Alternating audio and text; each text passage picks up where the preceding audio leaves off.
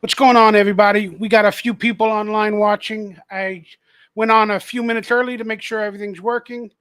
So, for the few of you that are getting this live, thank you very much for joining in. The show will officially start in about 7 or 8 minutes, but I wanted to make sure all the computers and everything are working on my end as well as yours. So hit me up in the comments. Let me know if everything sounds good, looks okay, and we'll do a couple minutes of pre-talk, and then we'll start the show. It's going to be an interesting one. Consider becoming a member, and we'll talk about that more in the soon. And we're going to have some special things for this probably hour-long show. Somebody hit me up in the comments. Let me know if everything's working okay. Again, technology is messes up when you want it to work, and it works when you don't need it to. It's weird. It's weird.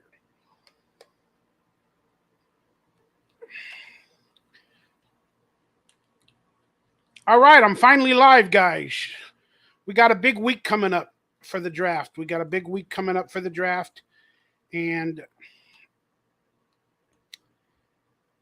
we're gonna have a couple of shows before then, and we're gonna do a live draft react show. We'll figure that out in the coming days. But for now, again, somebody hit me up on the comments. Let me know if everything is decent. Appreciate it for my members or whoever. Appreciate you. Can't really check the websites because I got too many screens open up, so I can't really check. So I'll take your word for it.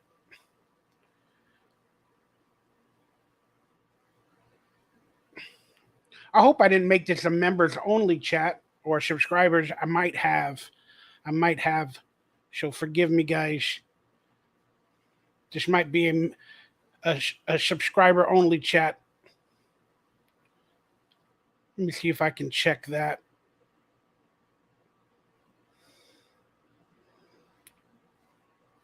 Sorry, guys. Let me put you guys on pause because I'm not getting any comments from anybody. So there might be something wrong with the YouTube page.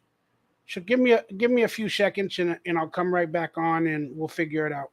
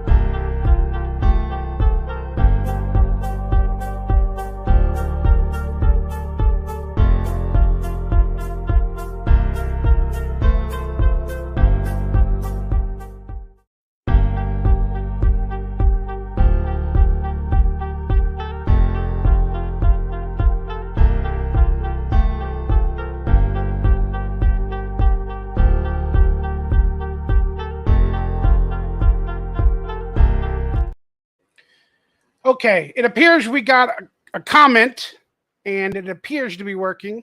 There we go. We got two comments. Thanks to Tony Raider and Mr. Marfin. I appreciate you guys. Again, everything changes every week with technology, and something works and it doesn't work. And I got an old computer, and I only got one screen, and blah blah blah blah blah. All right, so we look like we're good. We're good. We're good. We're good. Appreciate you guys. Yeah, so let's get the show started in about 2 minutes. I just wanted to come on early and see if it was working, and it appears to be working okay. So yeah, it's good. Thank you, Tony, Mr. Marvin, and for being a member and all that other good stuff. I ain't feeling so hot today, so if I cut the show after about an hour, please understand, dude.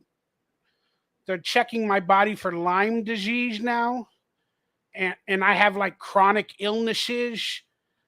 It's like it's like I wake up every day and I have no energy, and and I struggle with all my issues. It's insane. I don't even feel alive. Like I feel sick every day. So we're trying to get a hold on it. That's my personal stuff. That's why I haven't went live lately at all. It's just I can't do it. Can't do it. Can't do it. But I need money. I need to make some money.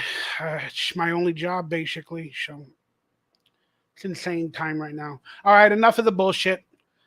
We're going to come right back in about 30 seconds and start the show officially.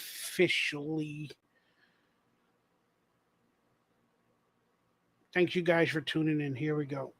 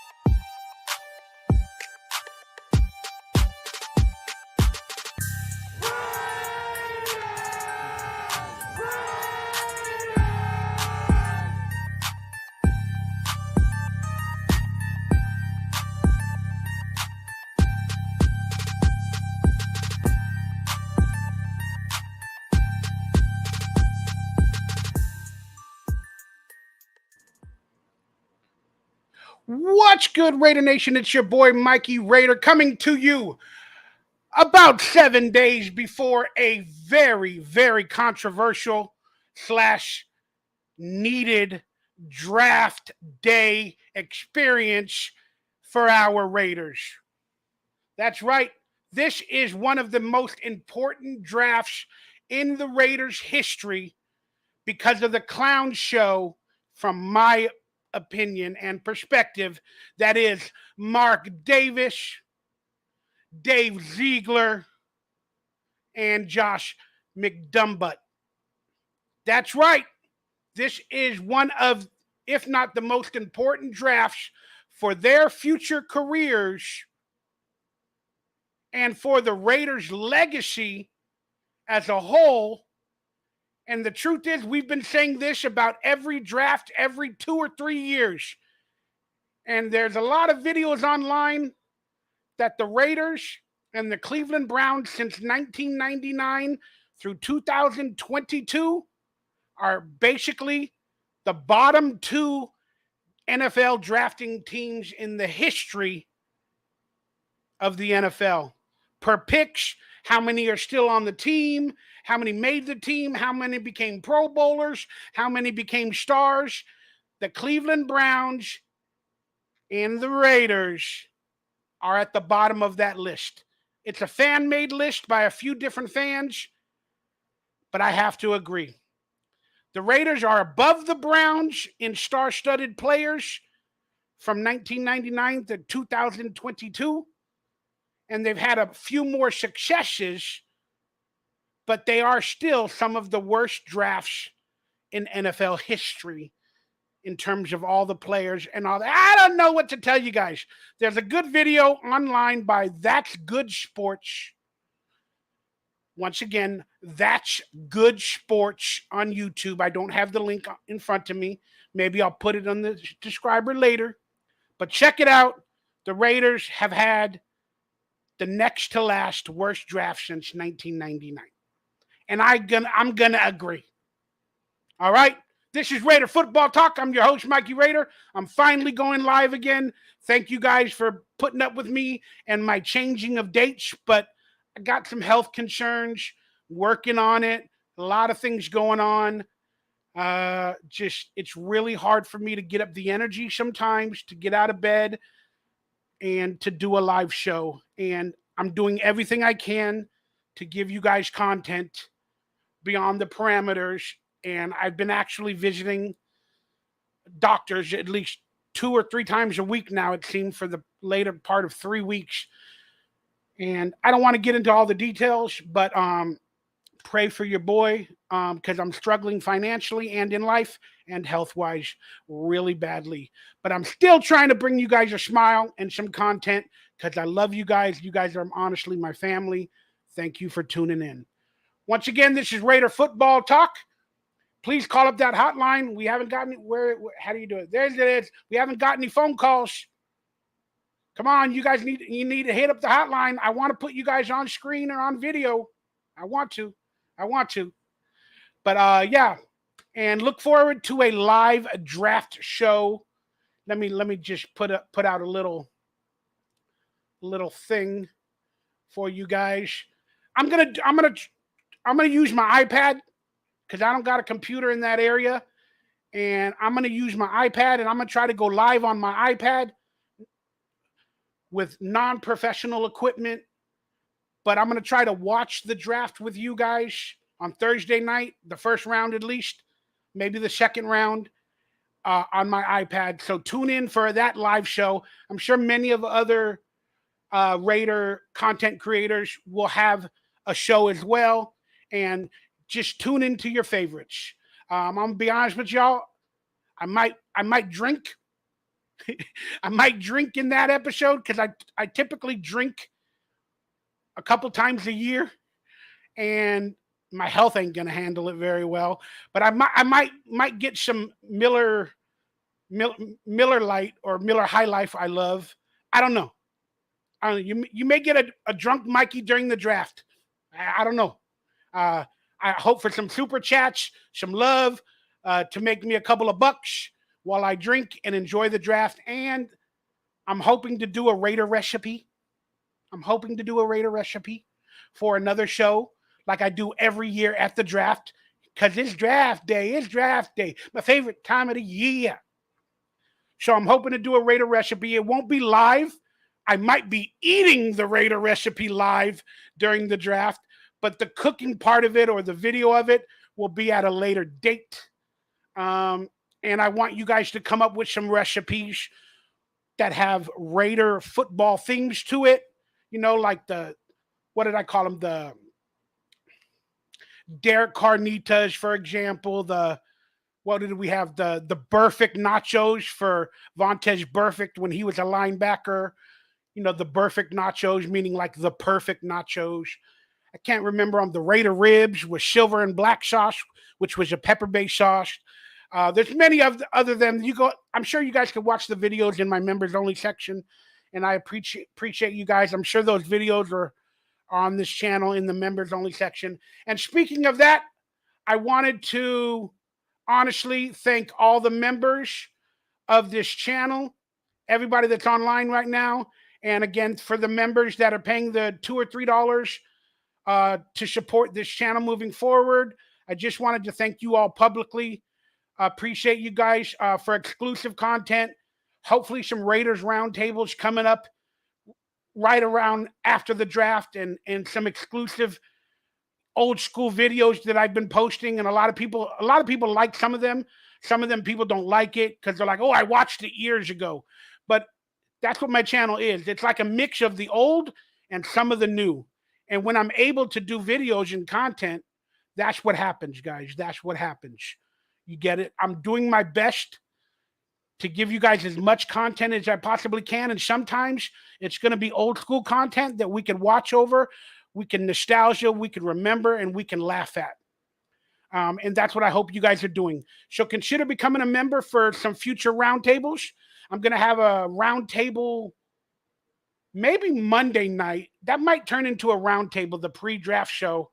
But definitely after the draft, the following weekend, where if you're a member, you'll get the link to join the roundtable on the membership YouTube page. So as long as you become a member to the channel, whenever I go live and you're watching it and it's a roundtable, if you're a member, go to the membership page. The link to join that roundtable live on screen will be in the membership page for 6 of you lucky people, because we can only have up to 5 or 6 people in a live stream. That's not the case for this episode. This episode is a react to a pre-draft press conference.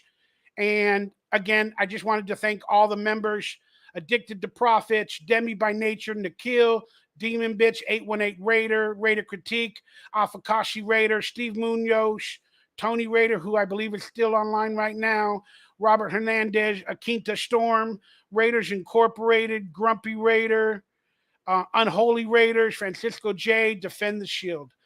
I love you all, and even the ones that can't, put in the membership, I still appreciate you guys. Please hit the like, the subscribe button. Consider, if you got a couple of bucks, super chat. I'd appreciate it. Any donations, your boy is trying to do his best. Trying to do his best. All right, and I know you guys just want to start the show, but we got to sell some stuff. We got to try to make a few bucks. So I just want to let you all know, for my career and for some Raider merchandise, the link, I believe, is down below in the description of this video. But I have merchandise for sale, from my acting career, and autograph headshots from various projects that I did. We add a new merchandise, 1 or 2 of them every week. Some of them are limited. I'll only sell 25 of them and then they disappear. I'm not going to tell you which ones right now, but some of them are limited. So again, if you respect my career, the acting, autographs beyond the Raiders, check out this store. But there is Raider merchandise there as well. We got the Nickelodeon merchandise for Donkey Lips. We got more Nickelodeon parody shirts. We got the Zeke the Plumber, the horror t-shirt. A lot of people like this one because those are campers on the bottom. You can't see it now, but look, those are all of us campers being covered by Zeke the Plumber. Then we got autographed headshots from that show and cast photos. And then we got a couple of the OG Raider Central shirt right there, the OG one that I wear a lot. And then we got the cool Mondays with Mikey and Murph logo that hopefully I can get a show back. Again, my health has been really, really an issue, dude. And then we got the awesome MTV Mondays with Mikey and Murph logo for this channel. And again, you got more merchandise: Zeke the Plumber, autograph photos, Evolution, ugly parody shirts, Anawana. A lot of it's Nickelodeon, Donkey Lips fan base related. There's me with my nipples out from a Super Bowl commercial I did. Pretty hilarious, pretty hilarious stuff, y'all.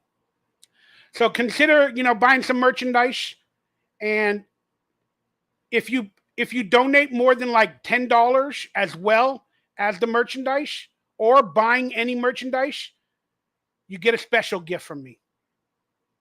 So and and that special gift comes in video form, kind of like a cameo. I have cameos available. I hope the link is down below. But if you wanted to pick up a cameo, guys, where I do a shout out, for a birthday or this or that, I got my cameo channel. I'm sure it's up here somewhere. Who knows? Who knows? But all right, all that information is down below. I appreciate you guys. Love you guys. Now let's get into it. All right, first off, let me say hi to everybody that's online right now out of respect and love. Just wanted to check out the comments. There we go. Tony Raider, Frost WSA, Brokeland loses A's gone. Yep, Oakland's possibly losing the A's again. I haven't read up to all the details. Tony Raider, Frost, love you guys all. Beast Mode Burger, that's right. Classic video. I hear the Kansas City Chiefs love Bud Light. Yeah, it's a big turmoil. Just want to remind everybody, I got videos on my page, and I've been trying to do content, and I made a couple of videos. Some of them did well. Some of them are not getting any views, but it's okay. I mean, it sucks because I'm trying to make a few bucks. But I had the notion of Ezekiel Elliott to the Raiders because you have to watch that video. It's kind of like a subjected video. I don't think it'll happen, but I did have the thought that with this clown show of a GM and of a coach and of an owner, I could see a scenario where Ezekiel Elliott becomes a Raider. We're not going to talk about it on the show. You can watch that video. Please check it out. If you agree, if you disagree, that's fine. Then again, I've been posting up some retro classics, hate of the weeks from my old shows and stuff like that. Appreciate you guys watching them. I really, really do. There's a lot more for members only. And then I made a video. I don't even know if it's on here. But it was about a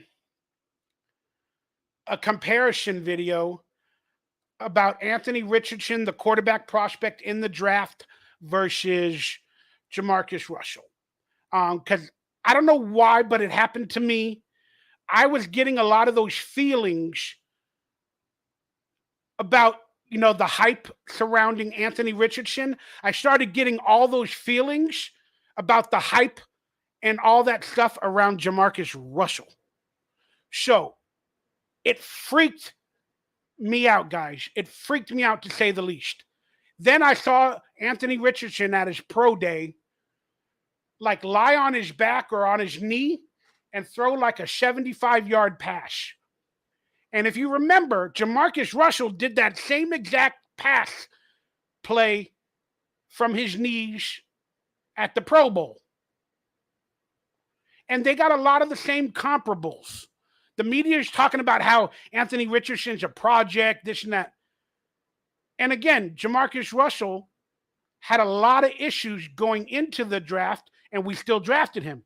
Anthony Richardson, culturally or publicly, I don't know of any issues with alcohol, drugs, or people, or that type of drama that I know of. But he's still going into the draft in a comparable way that Jamarcus Russell is going into the draft.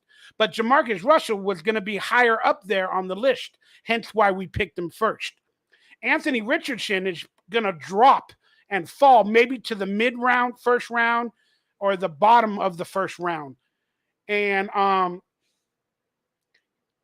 it's just, I got a lot of the same images in my head, guys. And I don't mean to make people mad, because a lot of us want Anthony Richardson for the Raiders if he gets drafted, and it would be a good thing.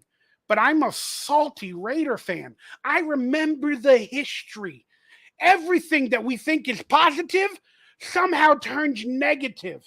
And ever since I've been making videos since 2010 and 11, my gut has told me certain situations about certain coaches, certain players, certain situations where I read it from afar, and it kind of comes true. Not all the time, but a good percentage of the time it comes true. And so when that thought of the comparison of Jamarcus Russell came into my head, I said, oh, damn, no. No. But I had to make a video and explain my process. Again, I hope I'm wrong, but I got all those feelings, guys, about Anthony Richardson basically not being a good enough draft pick for the Raiders. And I'm not saying he's going to screw the franchise like Jawalrish, but I'm pretty damn afraid. And I hate the fact that I had that thought. And I love the fact that I made the video, but I hate the fact that a lot of Raider fans are like, man, Mikey, you speculate too much. That's all I can do in life is speculate. And I'm pretty good at speculating because for the fans of you that have been watching this channel through the multiple iterations of it, a lot of the things I said have happened. Frost, you are a testament to some of them. Tony Raider, you as well. So that being said, check out my videos. And again, I could see a world where Ezekiel Elliott becomes a Raider after the draft, depending on certain situations, holdouts from maybe Josh Jacobs and whatever. There's a lot to be talked about, guys. And again, if you want to talk about some of those subjects during this show, and I'm not trying to be a douchebag, but hit me up in a super chat. We're going to have a Q&A portion of this show in a little bit. But this show, today's show, is basically going to do a live video reaction to Dave Ziegler's pre-draft press conference. That's right. Apparently, they had a press conference pre-draft today. And that's why I opened today's show with explaining this is one of the most important drafts for the Raiders' history. I mean, we've moved to a new city. People would say, well, the Gruden drafts were important. Yeah, they were. But the Gruden coaches were, Gruden as a coach was loved by more Raider fans. Josh McDaniels and Dave Ziegler and Mark Davis, well, let's be honest. The majority of the Raider fans are not happy. I'm not going to say they don't like them. They are not happy with the way they are running the team. They are not happy. Even the ones that are glad Derek Carr is gone and this and that, some of them are still not happy. But they are more positive people than I am at many times in my life. So therefore, they're gonna believe in Dave Ziegler. They're gonna continue to believe in Josh McDaniels, and they're gonna continue to have faith, and they're gonna continue to get excited for a draft pick, for a new quarterback, for a new player on our team. And I appreciate that, and I love that, and I honestly respect that. But I'm only Mikey Raider if I could be honest. When somebody shows you their true nature and how they react, how they treat other people, and they've done it more than once, in my case, if it's done twice, I'm out. I am out. And Dave Ziegler shares his stupidity. Josh McDaniels shares his stupidity, treats people like buckkiss, but he lies about it in the media. And there's no truth. You guys know the stories. I don't need to get into them. So a lot of Raider fans are salty as well on Ziegler, McDaniels, Mark Davis, etc. So even the mainstream media and Mark Davis is calling out Ziegler, throwing them under the bus. You guys can watch the stories from last week with like Wi-Fi Willie or whatever. They do an excellent job. And a lot of the Las Vegas Raiders Network, etc. They do a great job of giving you those quick clips of the drama with Mark Davis, Dave Ziegler, Josh McDaniels, etc., so on and so forth. And even the reporters are kind of coming around to some of the idiotic decisions and the throwing under the buses and the stupid AF comments that Dave Ziegler and Josh McDaniels make, and the true nature to the people that are not open with their third eye, they're finally being exposed to it. But I'm still going to give him a chance. I'm still going to give him a chance. Well, I'm still going to give him a chance because he's the only person running the team that I love. I love. Love this team. I can't leave them. It's like a cancer. I can't leave it. And I'm trying to heal the cancer every day. I can't seem to do it. But I love this team, but I'm going to critique this team. I am going to be an a-hole to players, to coaches, when I feel a strong way about them. And I will not take any disrespect from people that say, stop talking about it. Don't talk about it. Don't do it. No. No. I have earned the right to be salty and critique my team, albeit I do it harshly. I do it harshly. And sometimes I could be better.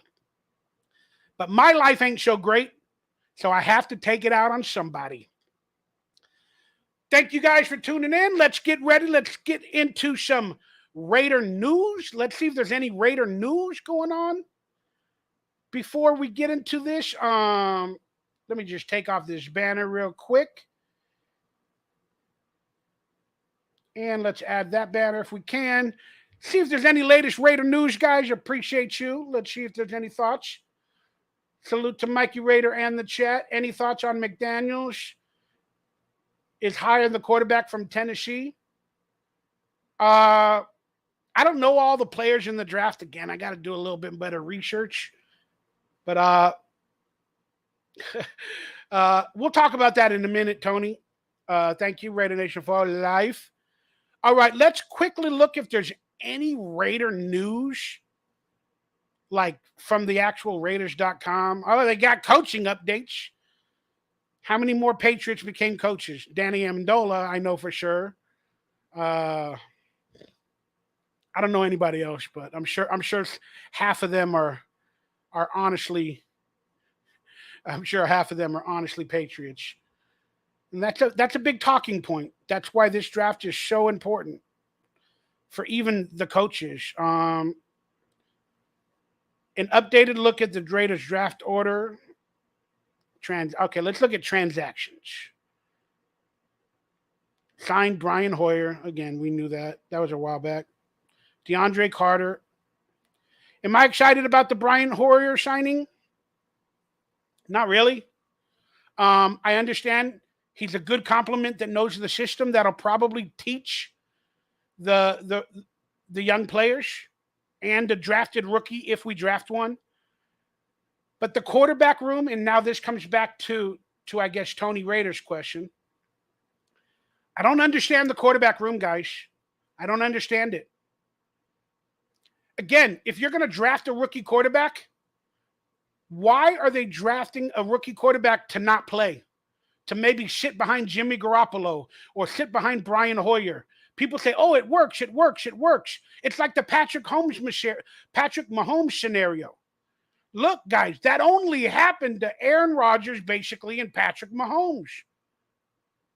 And with a high-value draft pick of maybe, whoever's available at number 7, or if we trade up in the first round, why the heck didn't we save $25 million and just draft a quarterback? Why did we have to bring on Jimmy G? We could have got the same quarterback, whoever we're going to get, on a rookie deal. Okay? Then we could have brought in Brian Hoyer instead of Jimmy Garoppolo to teach. But Brian Hoyer wouldn't be the starter. If we didn't sign Jimmy Garoppolo and we drafted a rookie in the first round, in my opinion, you saved $25 million, whatever Garoppolo's getting. Then you still got a teacher to teach the rookie the system. But if you believe that much in that rookie to draft him in the first round, and he's a high coveted draft pick, start him. Start him. Come on, McDaniels. Come on, Ziegler. Start him. Like Justin Fields in Chicago, they'll get better as the years go along. If you're going to invest in that high of a draft pick for a player, why basically make him third on the bench? Why? Why? Now you're spending probably $5 million for Brian Hoyer, $25 million for Garoppolo, then probably another $7 or $8 million for the rookie quarterback in the first round. So that would equal all the money Derek Carr would have gotten, Mikey. That would have equaled all the money Derek Carr would have gotten. Listen to me. This is a rebuild. So why are they retooling to rebuild? Did they bring in Jimmy G just to keep Devontae Adams, to have a veteran quarterback? I don't know what their game plan is. It doesn't make sense to me. If I was Josh McDaniels and everything that happened with Carr already happened, again, I wouldn't have brought in Jimmy Garoppolo. I wouldn't have. I would not have done it. I'm not saying that he won't win games with us. I wouldn't. If my plan was to draft a quarterback in the first round, again, we still don't know if Josh McDaniels will do that again. But if my plan was to draft a quarterback in the first round, I know I can get somebody, or I can trade a draft pick and move up to the top three or four and get whatever player I coveted.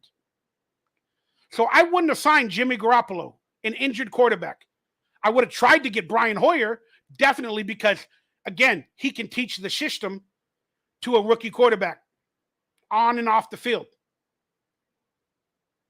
Then I just would have drafted that rookie quarterback, and I would have made him the starter from day one. Oh, but what if he fails, Mikey? At least now you got Jimmy Garoppolo to fall behind.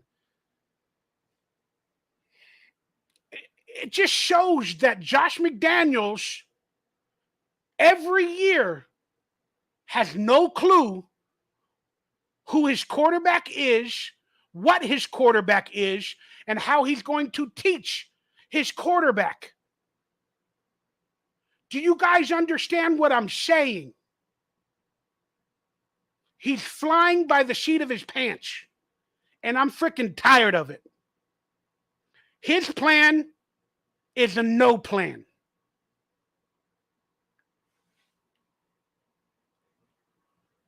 All right, I think I read something interesting. M85, we can cut Jimmy after the season. Is that a good plan? Is that a good plan? To sign him for $25 million when we need more money for defense and free agents, and you're still going to draft a rookie quarterback that's going to learn behind a Brian Hoyer. We lost last year's quarterback with Jared Stidham. We cut him, but he was their guy, and the Raider fan said he played good versus the 49ers, the number one defense in the NFL. What's going on with Josh McDaniels? There's no plan. There's no fluidity. It's ridiculous. It's ridiculous. If you're going to believe in a player, like he said he believed in Derek Carr, then believe in him. Build a system around him, and let's do this thing.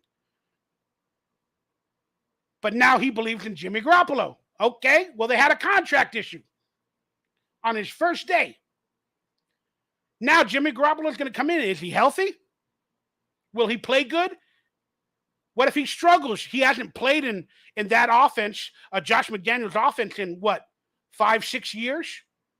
What if he struggles coming out the gate?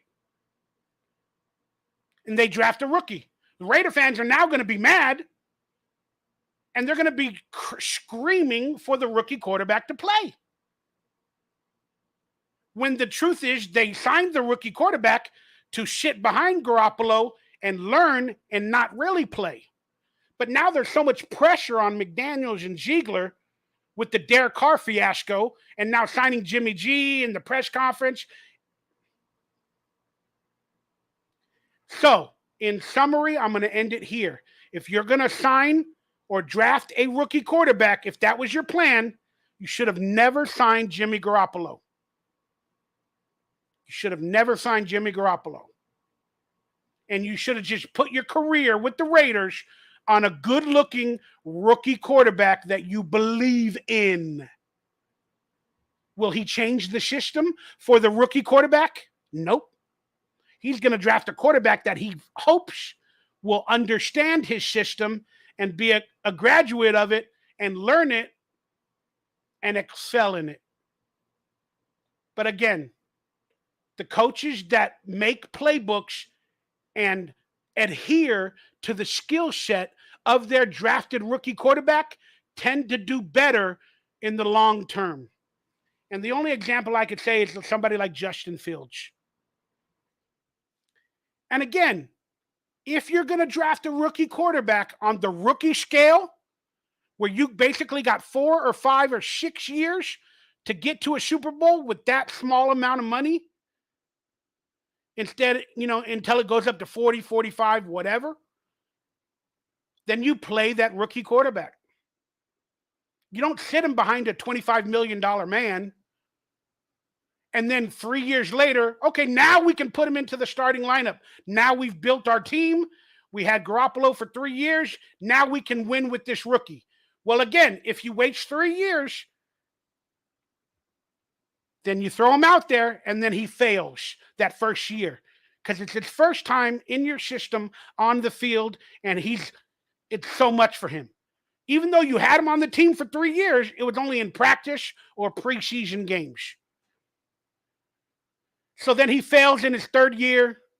Then you got him on his fourth year, and maybe he ascends a little bit. Now you got the franchise tag that's probably $30, $35 million. I don't know. I don't like it. If you're going to draft a rookie quarterback, let him start day one so there's no controversy or no bullshit. Plus, you save a lot of money. My opinion, I'm going to leave it to it. M85, you're overthinking. That's what I do. That's what I do, M85. That's what I do. All right. That's what I do, brother. DeAndre Carter. And again, I mean, the wide receiver room is much to be desired. People are like, oh, it looks good. It looks good under McDaniel's system. Okay. DeAndre Carter, good special teamer. Jacoby Myers, who we brought in, good slot type wide receiver. And they can all complement Devontae Adams. I get that. But let's be honest, man. We got Hunter Renfrow. Hopefully he'll come back. But they're all slot style route runner wide receivers. So, because I believe Josh McDaniels wants to get the ball out as quick as possible. And Jimmy Garoppolo is not good at the deep ball. He's really not. He's more of a, to get it out as quick as possible. That's why he brought in all these wide receivers, which is, some would say, a good game plan. But again, if they figure it out and some of these wide receivers don't pan out, Devontae Adams is going to be asked again to be the hero. And again, how much can Devontae take? Just like with Josh Jacobs, how much can Devontae take of being the hero? And it's just very, very scary.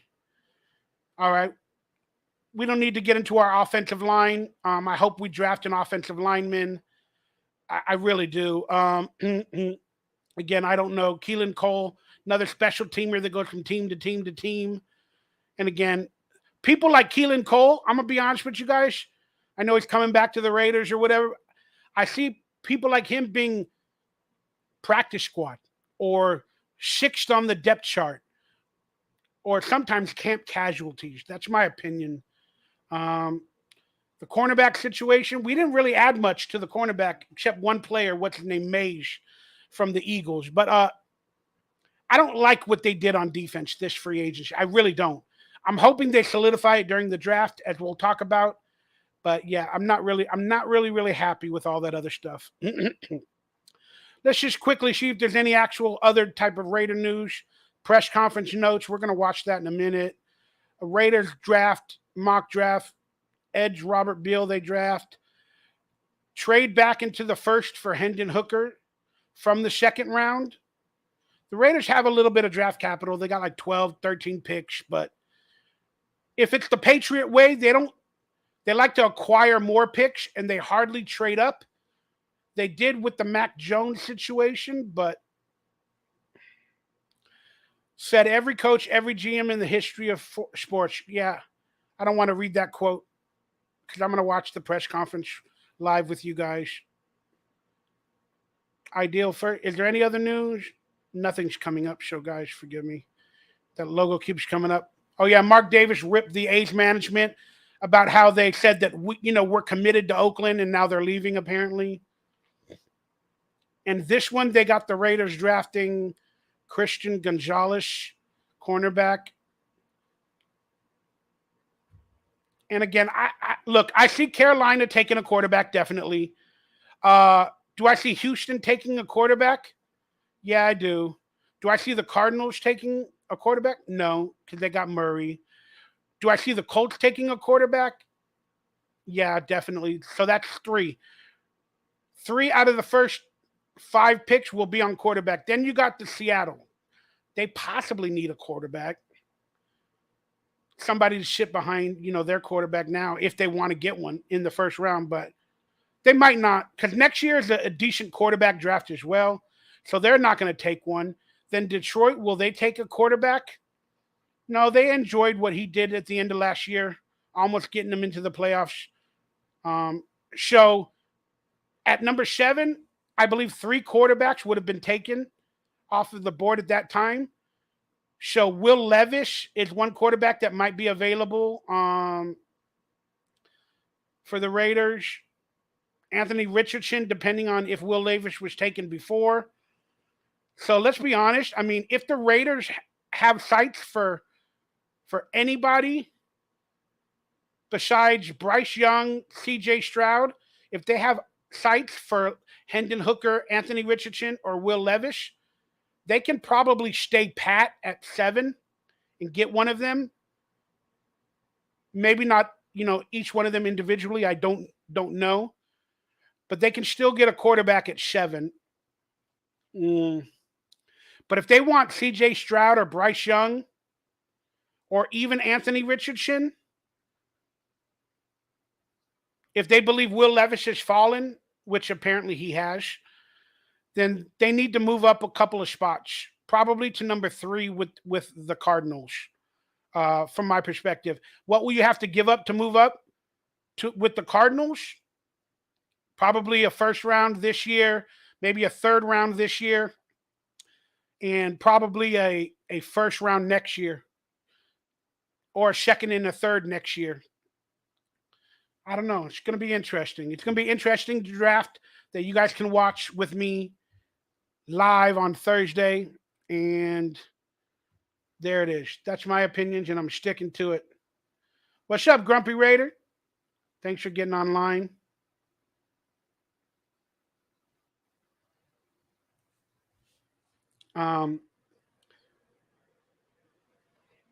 The reason why Carr didn't do so well is Carr's strength being able to audible and change the play at the line, and he wasn't allowed by McDaniels. Yeah, it's definitely one reason.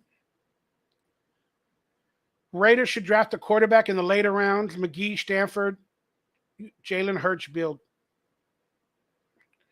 Watch McDaniels trade Hunter, Renfro, and Josh Jacobs because that's what he does. Mikey, hope you are well. Looking forward to the next round table. Yeah, it's gonna be. It might be on Monday, bro. I might do a pre-draft roundtable instead of a Raider football talk since I'm doing a Raider football talk now. So it'll be on Monday if my health holds up. But I'll definitely be going live during the draft. Maybe I could do the roundtable during the draft.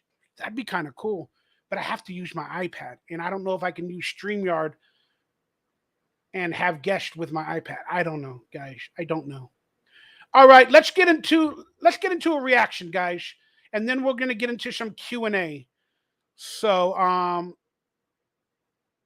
what is this? This is the reaction video. We got into latest news. Okay, yeah. Okay, so how do I do this? Okay, so let me react to the general manager press conference and see all the stupidity. I'm sure there's going to be some. And let's find some hidden quotes that I'm sure he's going to insult or will reveal his strategy for the clown show. Again, people are mad. Stop calling it a clown show. Have some faith. I told you guys I'm a different person. All right, All right, let's get the so many screens. All right, let's get the general manager press conference in and let's react to it live. some people here within the I can barely hear it. Let me see if I can make it a little bit louder. really build the foundation for this whole involved throughout the organization. Okay, I can't get it from the beginning. Before we get started, just want to recognize some people here within the organization that have helped just throughout this process. This is a monster process. When you talk about preparing for the NFL draft, there's a lot of people involved throughout the organization that get us to this point and that kind of get us organized and make it all happen. So first, just, want to definitely recognize our area scouts who really build the foundation for this whole process starting in the fall. They're the ones that set the menu for us. Okay, so he's thanking the scouts that put in a lot of work. I get that. I understand that. But let's be honest with you. People have been being thrown under the bus, whether it be Mark Davis to Dave Ziegler saying he doesn't know what he doesn't know. He's never done this job before, so he's struggling and blah, blah, blah, blah, blah, blah. Well, let's be honest with you. Now he's thanking the scouts and everything. If they mess up with draft picks, is this Dave Ziegler throwing scouts under the bus? I'm just asking. Somebody to blame. I don't know. Scares me. When we get here and start really working through the board, they've done all the character work. They've done all the player evaluations, the all-star games, the pro days, and they did all the character work. Clearly, you and Josh McDaniels haven't done some of it before you became coaches of the team with players like, Damian Arnett and whoever else. Interesting.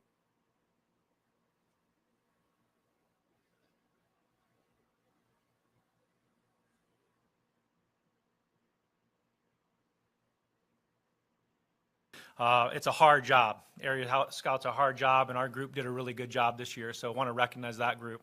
Along with our national scouts and Sean Herrick, who also, help kind of get the board organized for us and again, do a lot of work in the fall, a lot of travel in the fall.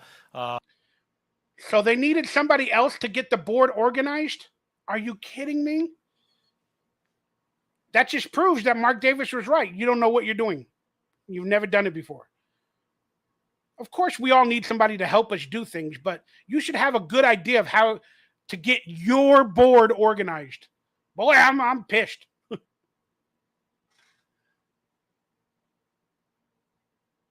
Supply us with a lot of information and background on the scouts, or excuse me, on the draftable. That guy supplied information and background on the scouts. Oh, that's a Floridian flub, Mikey Rader. It's a Floridian flub. He's like the CIA. They're investigating their own people. Players this year. And then our college director, Brandon Jurgen, who joined us here. He's been on the job here for a little less than a year. Just did a phenomenal job here this fall. Did a phenomenal job in terms of the scouting piece, but really even more importantly, he did a phenomenal job in terms of the teaching piece and the education piece, and really helping our scouts continue to work to get onto the same page, continue to learn our system.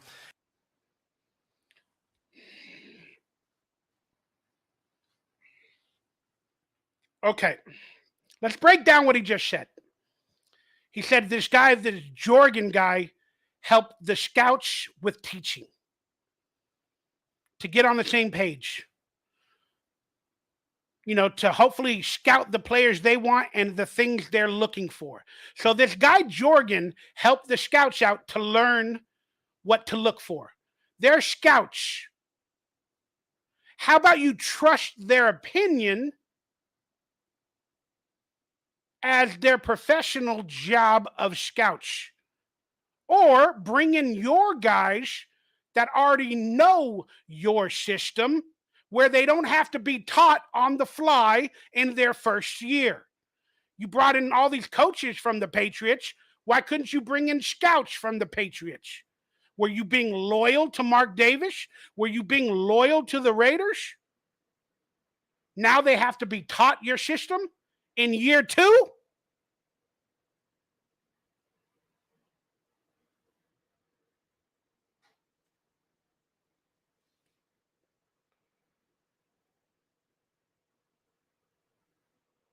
and continue to evolve as scouts. Real quickly, everybody that's watching, my screen is having problems with the video and I seem to keep freezing.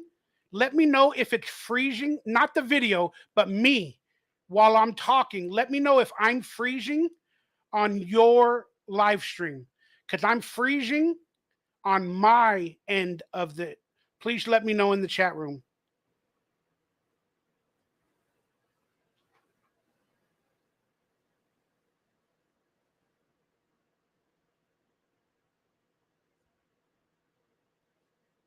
And so, really appreciative of that.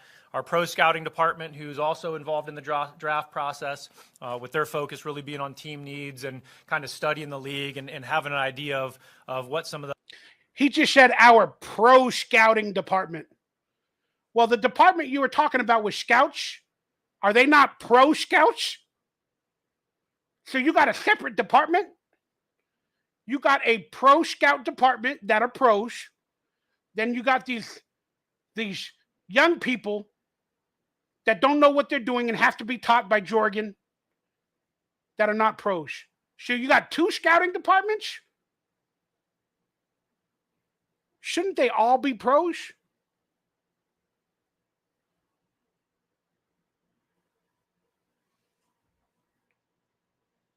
The league trends are, team trends are amongst the other teams in the league. So we're glad for their support.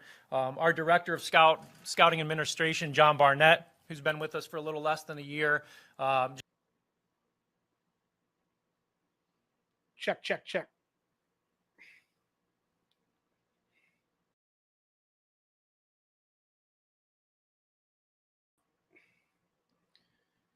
Yeah, whenever I'm using a video in this program, it appears to be cutting me off or having an issue.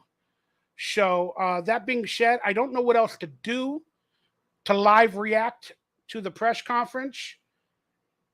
At the same time, again, technology that I'm not used to that apparently is not working the greatest. So I'm just going to continue with it. Hopefully it'll fix during it. I doubt it will. But we'll see. We will see. Appreciate you guys for chiming in or dealing with it with me. All things relative to coordinating travel for us. That's a Hondo. That's a fine.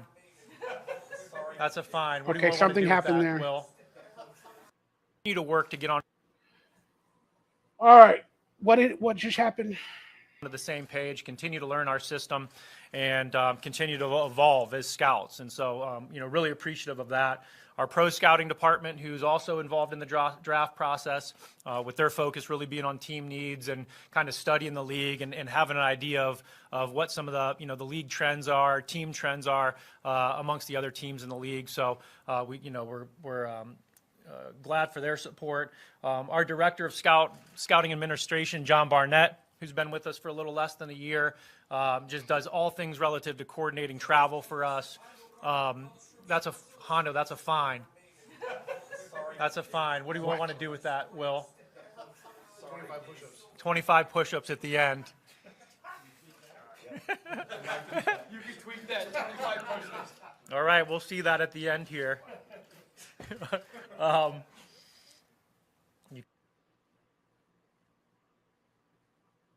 Okay, I'm going to remove it real quick, so hopefully the screen won't be so bad. What the heck was that? Something happened. Hondo Carpenter, the reporter, I don't know what he did. Either he was late or I think he possibly overtalked Dave Ziegler. And then Ziegler said, what did he say? He said, you're gonna be fined. That's a fine. What's a fine? To be late or to overtalk you? Do you got actual procedures in play to find the reporters? Sorry, guys. I'm just thinking this through right now. That's going to be a fine, Hondo. I know they were laughing about it, but they wouldn't say that's a fine if it wasn't a fine. They probably have made some rules or some laws to the reporters or whatever where they have to pay a fine or do something if they make a mistake, according to Dave Ziegler and Josh McDaniels. That means they got a system in place to censor the reporters. So that also means that you know for a fact if they're telling Hondo Carpenter, the stool pigeon, that whatever he did is a fine, that they have fines in place for everybody else. Hence why we don't see bad reports about Dave Ziegler or Josh McDaniels in the media. Maybe they'll be fined if they talk bad about Josh McDaniels. Maybe the reporters will be fined if they talk bad about Dave Ziegler. Apparently, there's a system in place. They just proved it. That is wild, y'all.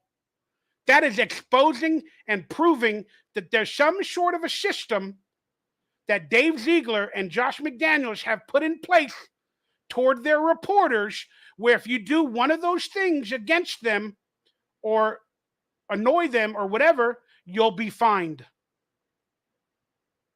And again, they were laughing about it, so it's a joke. It's not a joke. You can only joke about it because the fine is real. They have other fines or other fines for other things. And that, whatever he did, is possibly borderline one of the fines. Hence why he said, that's a fine. That's wild, y'all. That is wild. I'm going to watch that again. Hopefully no more stream delays. I'm trying my best. John Barnett, scouting administration, John Barnett, who's been with us for a little less than a year, just does all things relative to coordinating travel for us. That's a Hondo. That's a fine. That's a fine. What do you want to do with that, Will? 25 push-ups. 25 push-ups at the end. See, he asked somebody else, what do you want to do? So whoever that person he talked to is the person that deals with the fines. Oh my God, that's crazy. That's freaking crazy, y'all. Sorry, guys. That's freaking crazy to me. That means it's real.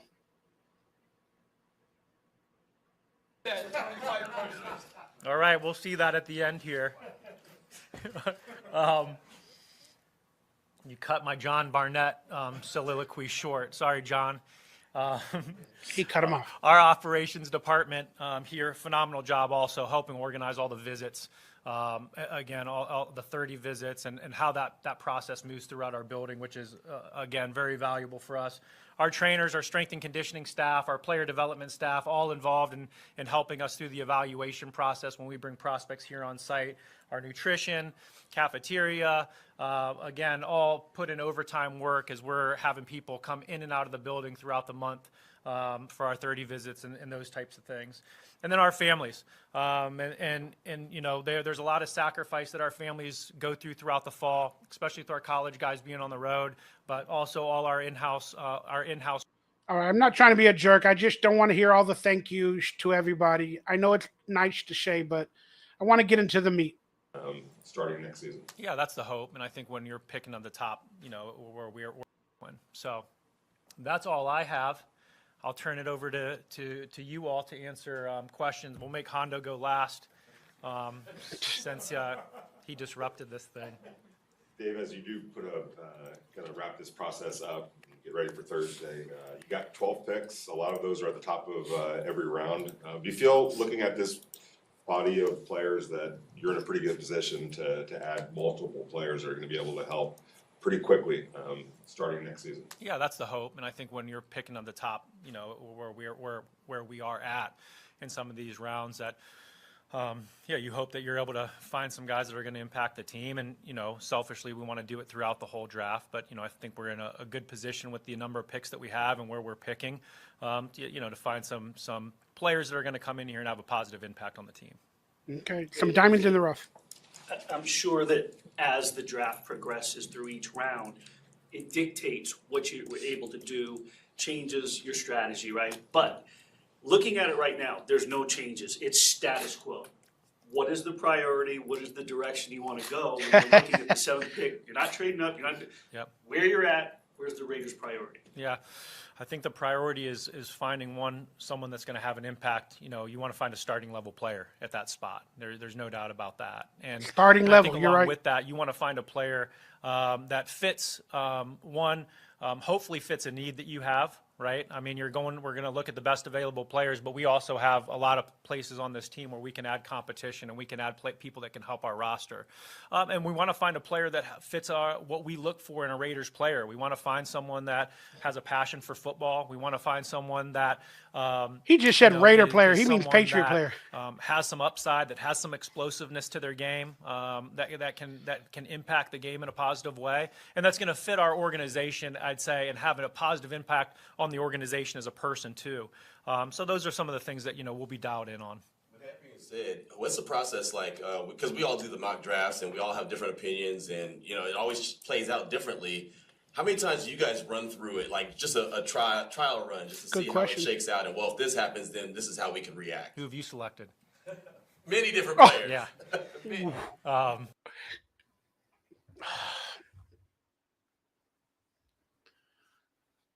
Oh.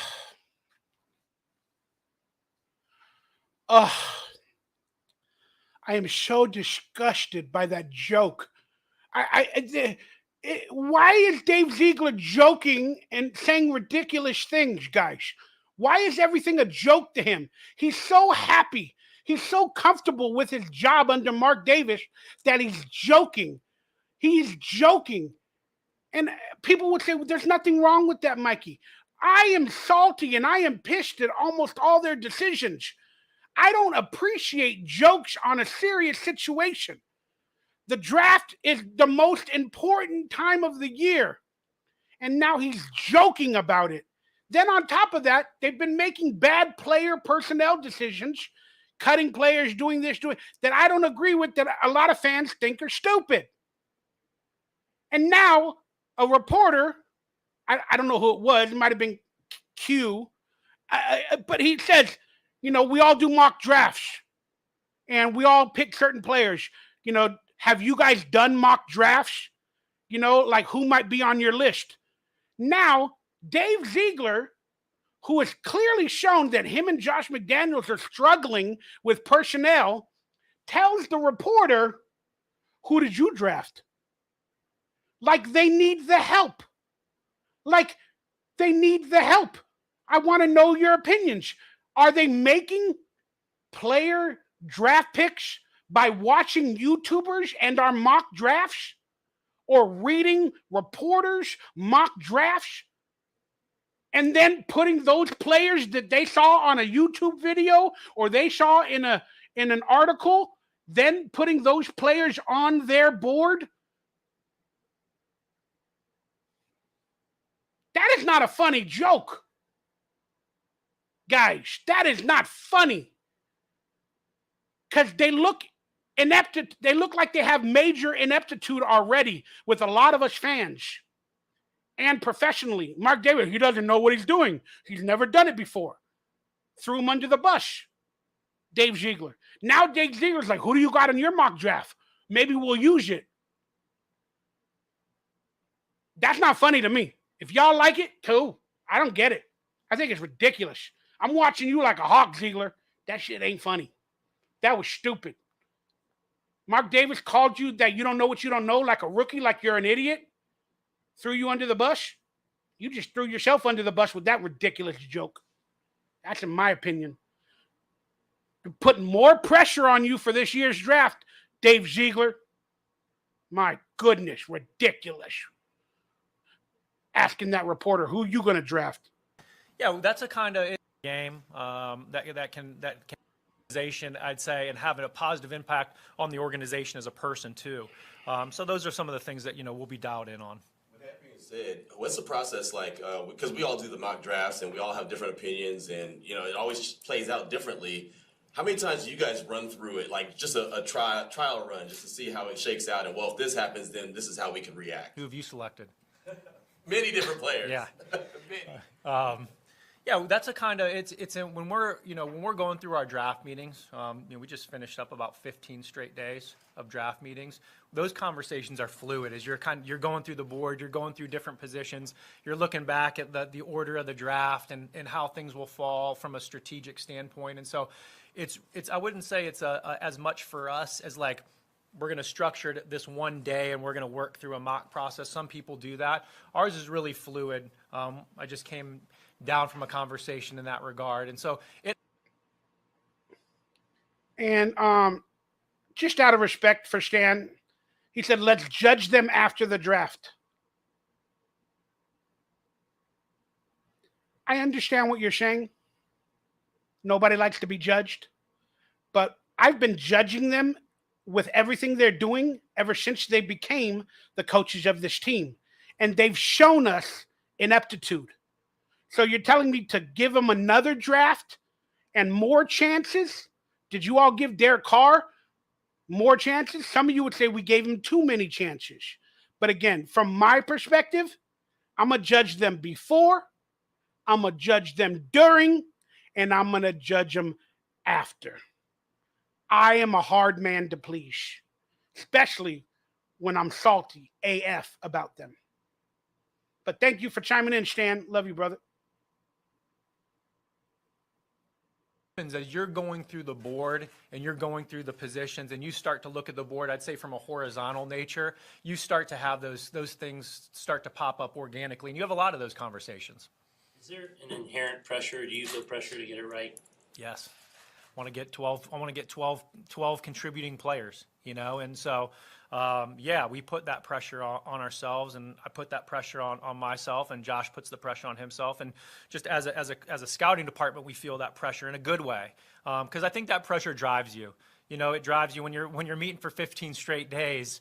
There's a monotony that can, that you could let grow in. But I think that pressure, that motivation to get it right, that motivation to improve the team, though, that's the pressure that keeps us, keeps us pushing and keeps us focused and dialed in.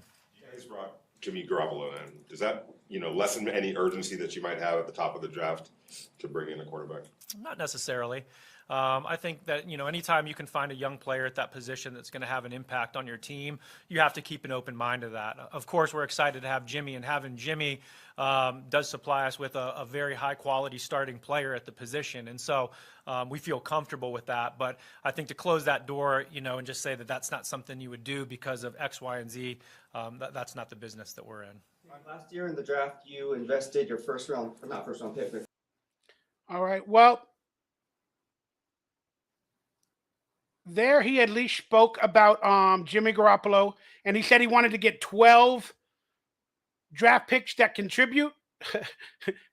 The Raiders, the history, no matter how many picks we've had in the draft, I don't think technically, except for the 2014 draft with Khalil Mack, Derek Carr, Shelby, Gabe Jackson, etc., I don't think we've gotten more than 3 good contributors to our team.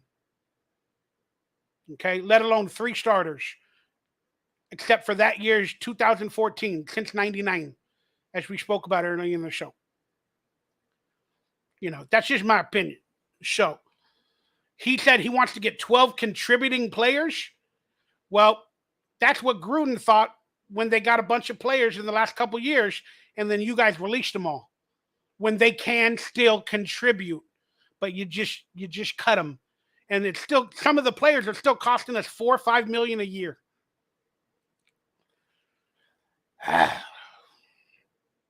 First pick in the draft on an interior swing offensive lineman. Fast forward today, sitting at number 7, you could potentially draft another offensive lineman that's very versatile, and Peter Skoronski. Can you just talk about, without diving too much into valuation versus evaluation, on what he brings to the table, but what you look for in the NFL traits when it comes to evaluating offensive line and in that aspect? Sure.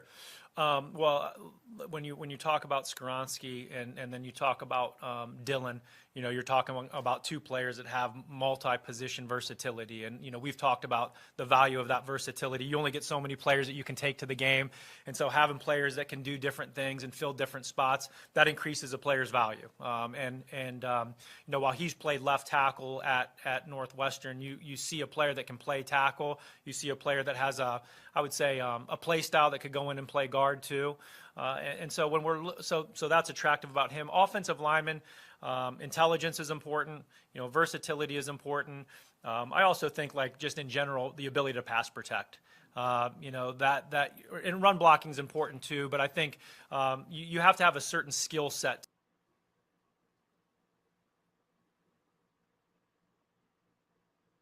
All right, guys, just my few takeaways from what he said so far.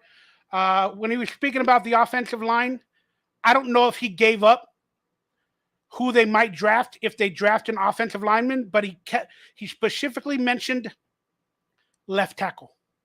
He said left tackle and left guard, or guard, but he said left tackle specifically. And we need a right tackle. I don't know if he's throwing fuel to the fire with Colton Miller in his possible last year as a Raider with a new contract that's probably going to be needed next year. I got to look that over and get some more details on that. But we specifically, in my mind, need a right tackle right now. But he specifically said left tackle when it pertaining to that player that he was talking about. So he didn't mention he said the tackle position. Then he went on to say at left tackle. So that means they're looking at left tackle probably a little bit more than right tackle. But it could be that he was just talking about that specific player in the draft. But it's a little interesting thought. Then he said what was valuable, intelligence, whatever. He didn't mention strength. And then he said pass protection. And he said, run protection's important too, but not that much. Okay. So pass protection is more important than run protection. Now, that could explain why basically Josh Jacobs was handed the ball 90 million times and somehow became the hero on that team.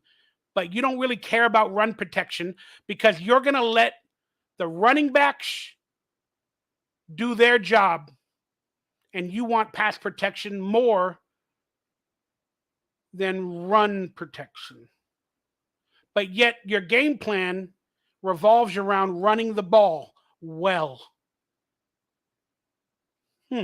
Interesting.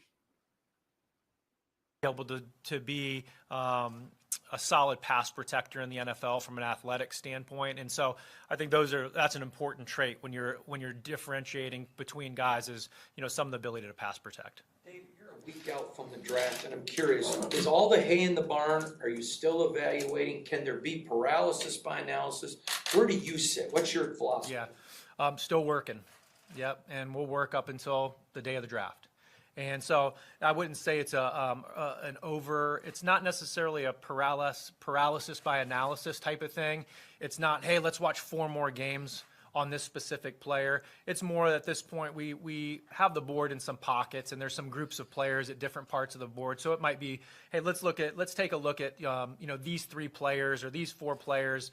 Dive back into it. Let's look at maybe these specific traits that we're looking for that we maybe had a difference of opinion on and those types of things. So it's more of I'd say a quality control check in a focused manner at this point, rather than just kind of like, hey, let's watch all 6 games again type of thing. That's not really where we're at this point. So we're getting closer, but we'll keep kind of putting in some work here all the way up until we're ready to go. Interesting thing is, again, I didn't hear it all, but he said we don't have to watch all 6 games again. 6 games? Do you only watch 6 games from a draft pick or a draft prospect? You only watch 6 games? And then what are those games? their best games, their worst games, or half and half. Again, you want to evaluate the entire player's history in college versus multiple teams, multiple players, but you only watch 6 games. Interesting.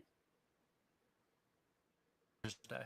And I know in the past you've talked about, when you first came in the league, you were scouting cornerbacks, and I know early in the offseason you said that you felt like the secondary might be the deepest position in the draft. How much fun or just how much enjoyment have you taken in evaluating these cornerbacks and these defensive backs in this draft class? A lot. I enjoy it. Just, the athletic component of playing that position, I think is always there's, is fun to watch for me. And seeing how different guys play, different matchups. In college, it's a little bit different because everybody plays in a different conference. Everybody sees a different set of receivers. It's not like in the NFL where week in and week out you're seeing a number 1 or your number 2. And so it makes it a little bit more difficult. You have to be really focused in on the level of competition. But yeah, I always enjoy it. They come in different shapes, different sizes. You have guys that can only, play mostly on the perimeter, guys that can play inside and out. There again, guys, just to reiterate what I was speaking about a second ago, he said that, every player plays different wide receivers in different conferences. And apparently they only watch 6 games. And so that proves that they only watch 6 games against good talent. Like a high draft prospect that they're recruiting or looking after, like a wide receiver, they only watch their 6 best games against a cornerback that's probably highly touted as well. When the truth is, if you watch a prospect in all of their games against multiple opponents, whatever skill sets those opponents have, whether good or bad or this, you can create game plans for NFL players in the future if you watch all those games and you know what each person does well. The cornerback from the opposite team, the wide receiver from the team you're prospecting. You're a general manager. You're supposed to be good at evaluating talent. We just proved that you have 2 scout departments. You got a regular scouting department, then apparently you got a pro scouting department that you just spoke about. And then you're making jokes at who the reporters are mock drafting. Like, doesn't excel confidence, guys. It doesn't excel confidence, in my opinion. That's all I'm going to say. More man guys, more zone guys. So I always think it's fun just putting those pieces together of the puzzle and seeing which of those types of players, are going to ultimately fit best for our system. You guys hosted several quarterbacks on visits. Yep. Obviously, Jimmy's going to be your starter this year, barring injury. Do you feel like you guys are in a situation where you can, be comfortable taking a player that probably isn't going to be able to play right away? Yeah, I do, and I think it goes back just to the value of the position, and I think, and so I think that's important. I think doing your due diligence on all those guys is important too.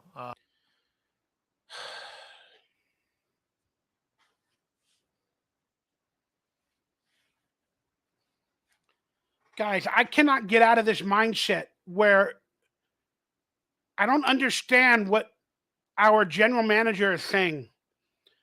Remember earlier, he said they want to get 12 players that will contribute and hopefully start. And they want to get starting players. Now he was asked by a reporter, are you okay with drafting a player at any given position that might not start right away? And he said, yes. He said, yes, I'm okay with drafting players that are not going to start.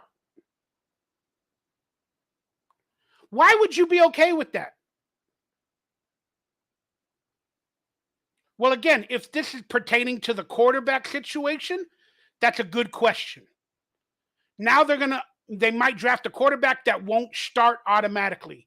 He'll play behind Jimmy Garoppolo. But at any other position, whether it be the first round, the second round, the third round, the fourth round, the eighth round. I don't know if they have 8 rounds anymore, but whatever position,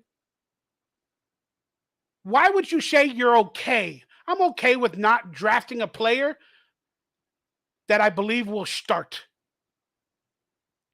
You should have the belief that every single player will start, even Mr. Irrelevant.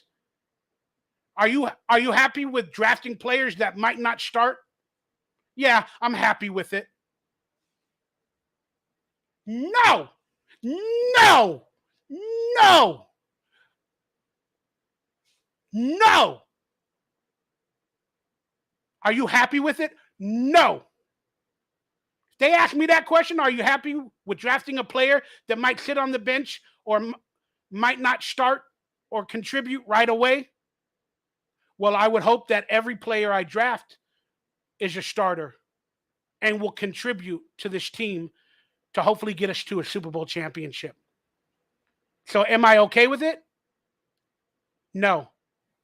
I'm drafting starters and I'm trying to make them starters and whatever. There you go. Ridiculous. Again, remember when Josh McDaniels, when the Kansas City Chiefs did the merry-go-round play to disrespect the Raiders? Remember when they did the merry-go-round play? They asked Josh McDaniels, did you think it was disrespect? No. Are you happy with not drafting a starter? Yeah.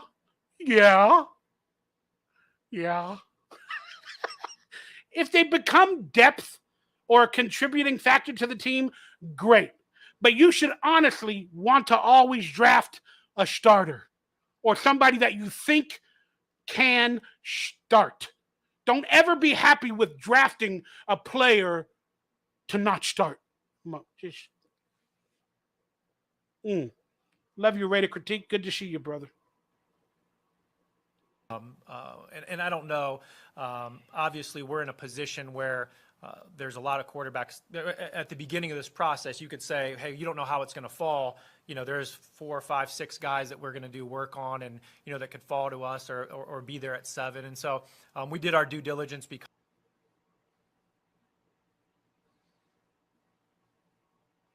there's 4 to 5 guys that we did work on. There's 4 to 5 guys that we did work on. Why not all of them? Well, because they're not going to be there at 7. No, 4 to 5 at number 7 that you did work on. But you do work on all of them. Because if some of them fall to the 2nd, 3rd, 4th, 5th, 6th, 7th round, you did work on all of them. You did work on every single quarterback to find a Tom Brady in the 6th round. Sorry, guys, just a little bit of stupidity statements from my opinion. I know he was technically talking about the 7th pick, that he did work on 4 to 5 of them. But don't say that. It just sounds stupid. Yeah, we did work on every quarterback as good as possible. I don't know. You could tell I'm salty. I don't care. I'm going to break it down from the way I break it down, and I'm going to do it. Because of that, but I also think, the value of that position and having a young guy, that can come in and play and contribute. We see where those contracts have gone on quarterbacks too. So there's obviously an advantage of having, someone on a rookie, a quarterback on a rookie contract in terms of roster construction and those types of things. And so, like I mentioned at the beginning, I think just closing that door. Guy, first off, hello, Julian. Nice to see you, brother. Miss you. Hope you're well. Raider critique as well. Everybody else. Did you just hear what he just said? In the beginning of this show, I broke down the rookie quarterback in comparison to Jimmy Garoppolo. And why are they going to draft a rookie quarterback and pay Jimmy Garoppolo instead of just starting a rookie quarterback? Now, he just said that there's something very, very enticing and good about having a quarterback on the rookie wage scale, where you can get a rookie quarterback and hopefully go to a Super Bowl for the cheapest amount of money possible. That would prove why they shouldn't have signed Jimmy Garoppolo if they're going to make him sit, if he's a non-starter for 3 or 4 or 5 years. Again, this reeks to me. If you're going to draft a rookie quarterback, draft a rookie quarterback. Don't sign Jimmy Garoppolo. Have Brian Hoyer to back him up or to teach the rookie quarterback the system, and then start the rookie quarterback that you drafted high. This is becoming an issue like the 49ers now with Trey Lance. You know, where you draft a quarterback and then you have other quarterbacks and then they sit in the weeds and they never start or play. Again, Trey Lance, they gave him the opportunity last year. Unfortunately, he got injured, but now there's rumors of Trey Lance being traded. Could that same scenario happen with the Raiders? Could Trey Lance be a Raider? Could they trade for Trey Lance? Again, I don't know. But you're going to have somebody possibly drafted for the Raiders at quarterback that's going to have to possibly sit behind Jimmy Garoppolo for a year or 2 years, or hopefully Jimmy Garoppolo lasts. Or if Jimmy Garoppolo sucks or has an injury,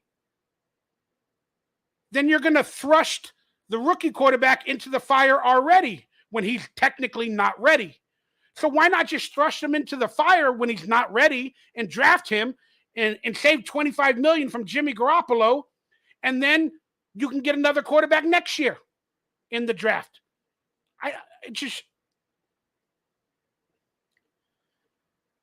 But they've proven that they want a rookie quarterback on that wage scale. You could have saved $25 million by just drafting a rookie quarterback and having him on that wage scale. Now you've wasted an additional 25 or 50 million if Garoppolo lasts for 2 years that you could have spent on defense. Again, whatever. I look at things from a very different perspective. That's my thought. I think is irresponsible to do that. What if you learned about Jalen Carter in this process, and you believe it's a more complicated issue for the Raiders than it would be for another team? No, I don't think so. For me, it's not, Adam, in terms of more complicated. I think, looking at Jalen, we looked at Jalen like every other player that's in the draft and doing our due diligence on all aspect of the player, from football learning, from practice habits, from the personal side of things, on the field, off the field, how people interact, how they interact with people, how they treat people.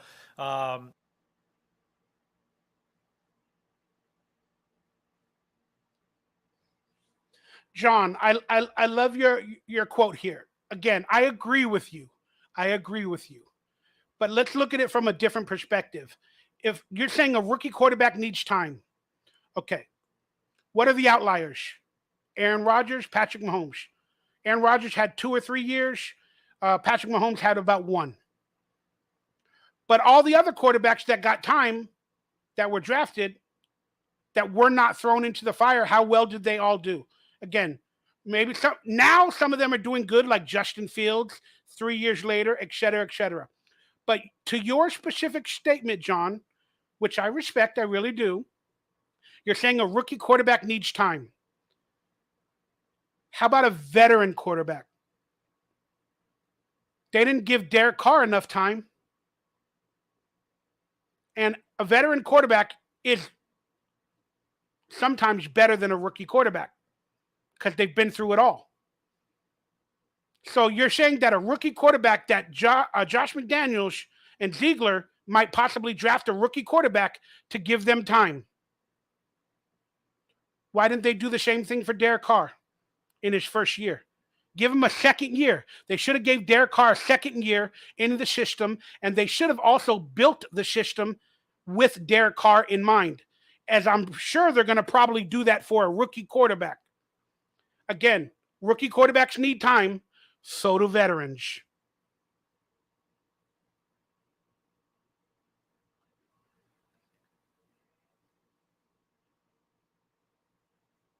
Their experience at the Pro Day, Combine, all of those different aspects. I don't think we want to cheat the process with any prospect in that regard. We want to hit those bases for each individual prospect. And then, of course, on some prospects, it's deeper, right? There's just more things to look at and more things to consider based on, their situation. And so Jalen, in that regard, was, similar and to a lot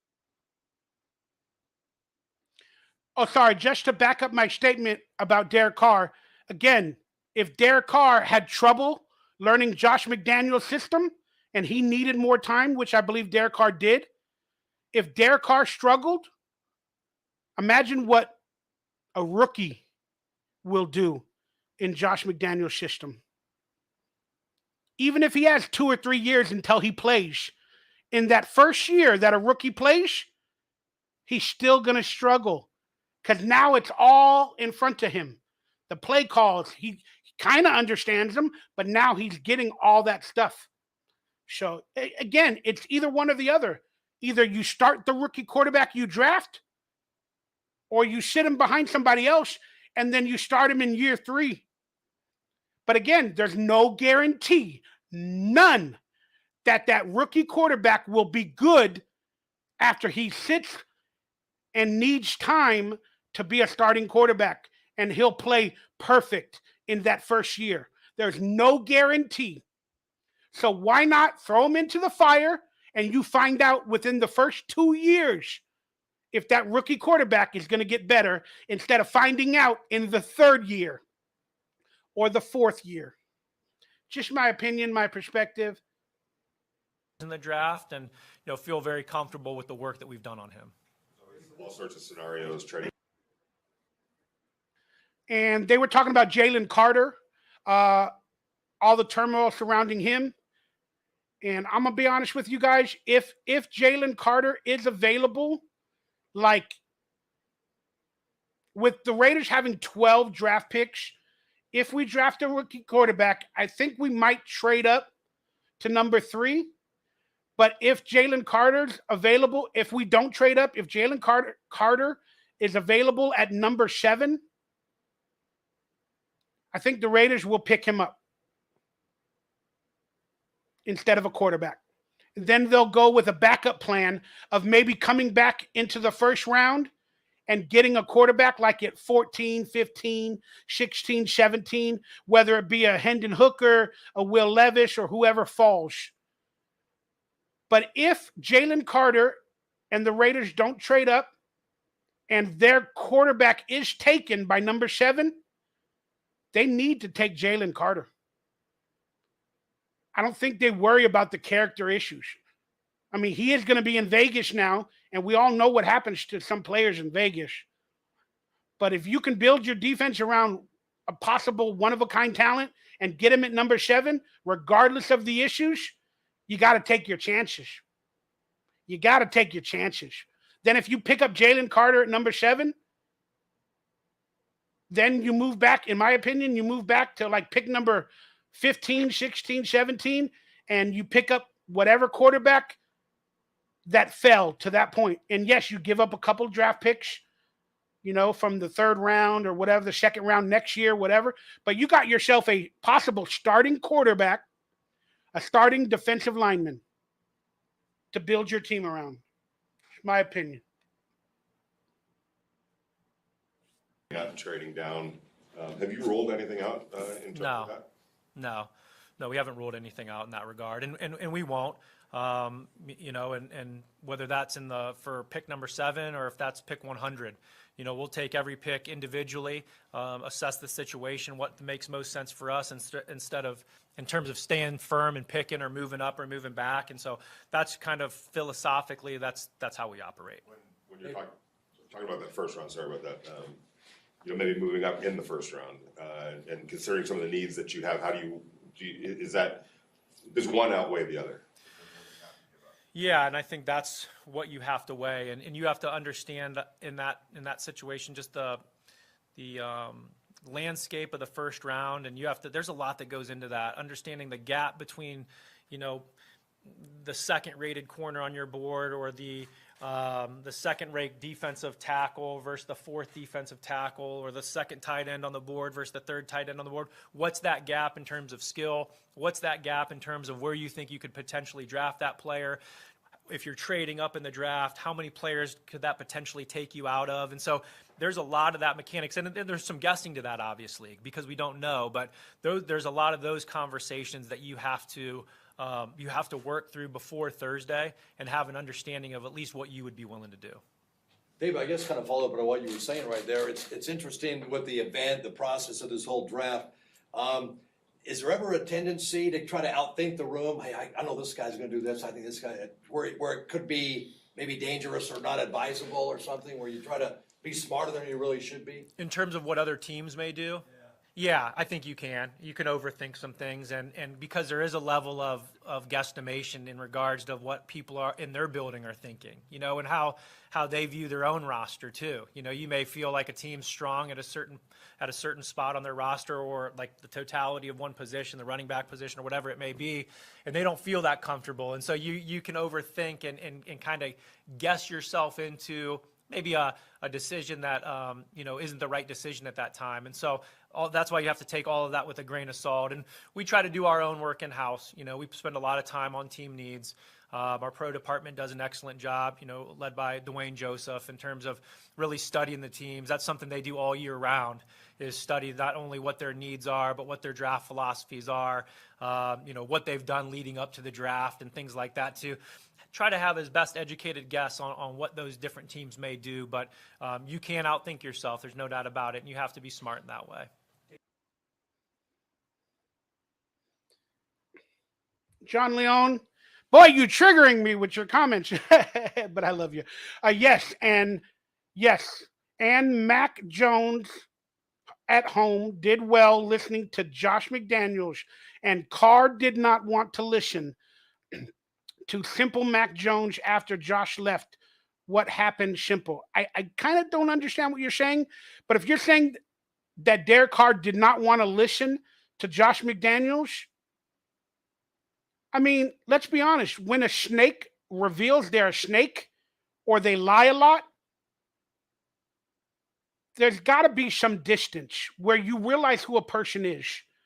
And Derek Carr is all about that. And let's be honest. Again, Derek Carr was fighting with Josh McDaniels for play calls, for this, for that. Derek Carr didn't want to be the sheep to Josh McDaniels, because Josh McDaniels did not ingratiate himself to Derek Carr. He probably sold Derek Carr on a bunch of lies. Oh, I'm going to build the offense around you. We're going to do this type of stuff. We're going to do that. Then when Derek got on the field, Derek would change a game or change a plan or audible something or whatever he did. Then Josh McDaniels like, how dare you? How dare you? And then Derek would probably be like, I thought you were going to build the offense around me. You're not even putting in plays that I like, that I can agree with. You're not even giving me the ability to audible. I want it my way, Derek. It's my way or the highway. So Derek just put up a wall. Again, when people reveal who they are, believe them. Believe them. So why would Derek Carr want to listen to Josh McDaniels anymore? Derek Carr went out and did the job as best as he could under that system, under the rule of Josh McDaniels. But it was never, ever, ever, ever going to be good enough for Josh McDaniels, because Josh McDaniels has Tom Brady in his mind. So anything Derek Carr would ever do will never, ever be good enough for Josh McDaniels. And Derek Carr knew that.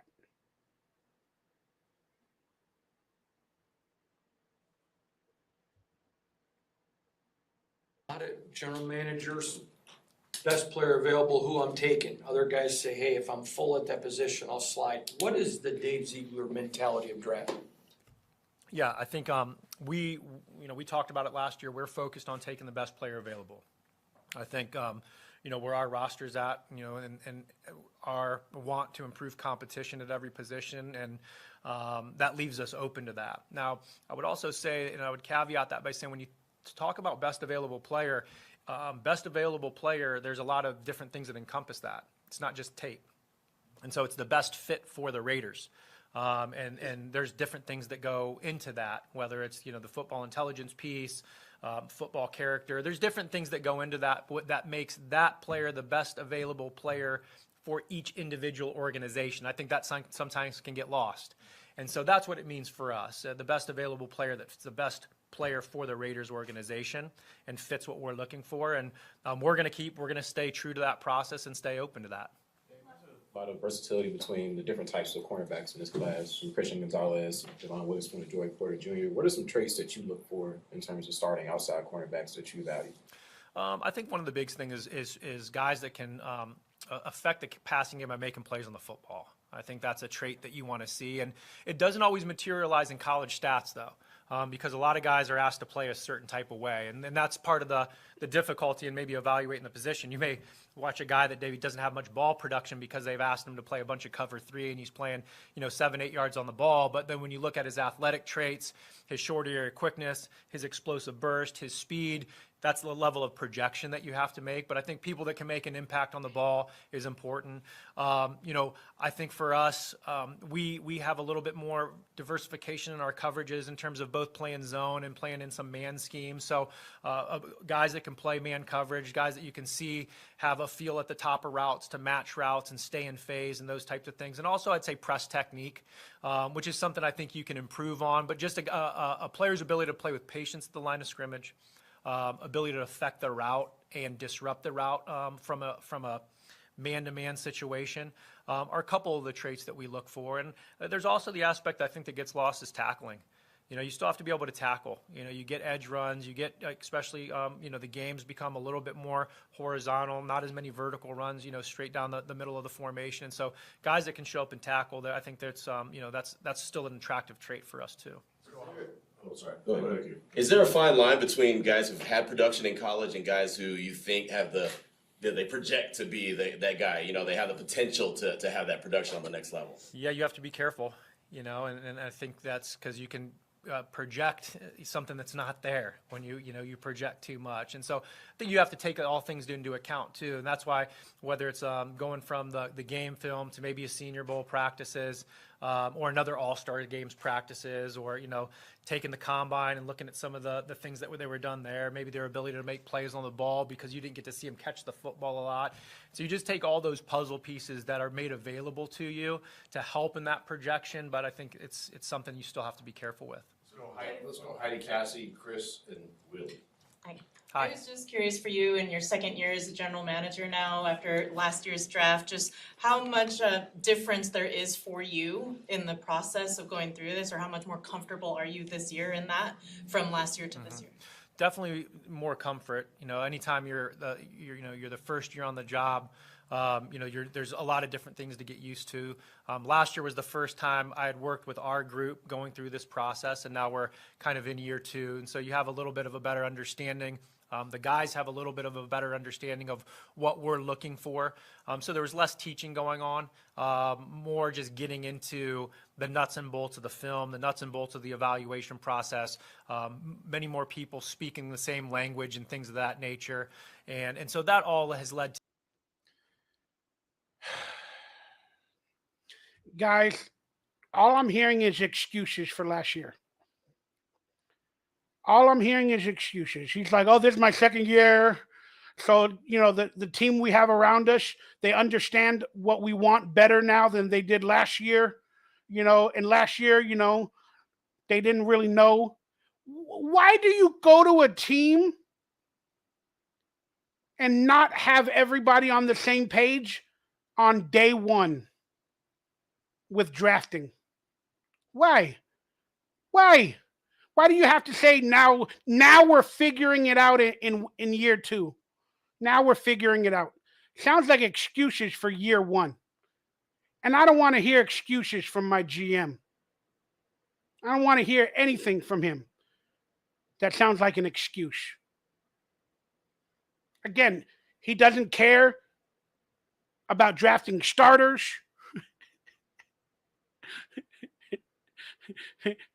And last year was tough for them because everybody wasn't on the same page. Again, he's saying these excuses to the reporters. But remember the Mark Davis interview that happened a couple weeks ago, where Mark Davis was saying all the same things that Dave Ziegler is saying now to the reporters. So that means Dave Ziegler was telling Mark Davis all these excuses a month or two ago. Oh, we didn't have people on the same page. It's my first year. I mean, that was my first year with the staff and the people. We didn't have time to get them on the same page. We were just hired by you 3 months earlier. We didn't come in knowing everybody. So that's what he's selling to Mark Davis. Then Mark Davis comes out and says, "Oh yeah, they struggled. He doesn't know what he doesn't know. It's his first time. He's never done it before. People are not on the same page. The communication is not perfect within all the other people around Josh McDaniel."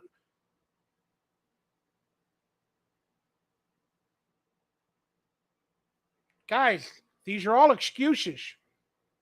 He's still making excuses in year 2, saying it's getting better. We're starting to get on the same page in year 2.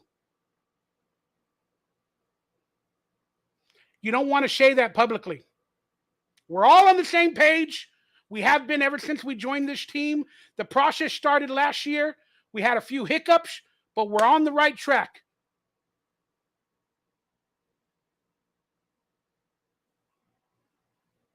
Just a more comfortable, I'd say, clear, fluid process for us.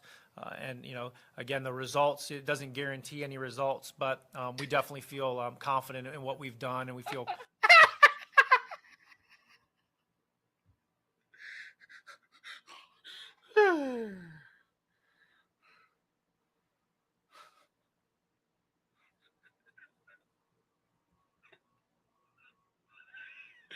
The results don't have results. What did he say? The results don't have results. Hopefully the results have the results. We're finally getting fluid. Hopefully the results have results. I gotta hear that again. I'm sorry, guys. I feel confident in any results, but we definitely feel clear, fluid process for us. And again, the results, it doesn't guarantee any results, but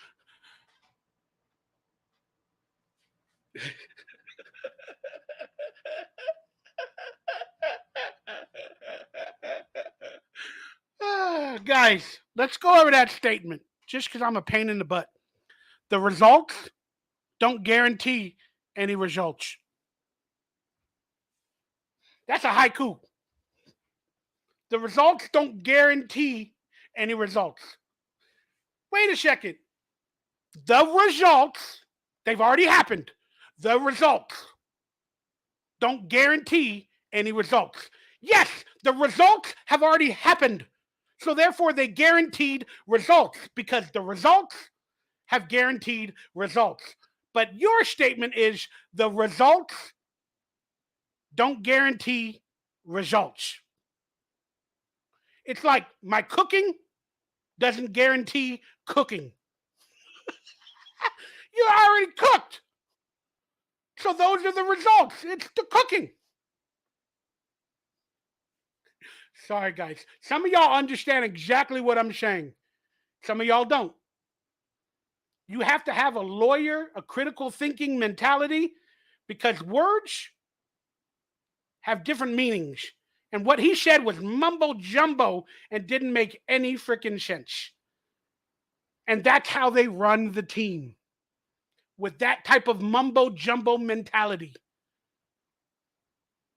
I mean, could you imagine if I was the leader of a team? I think I'd do a good job, but I'm probably just as mumbo jumbo and as bad as they are.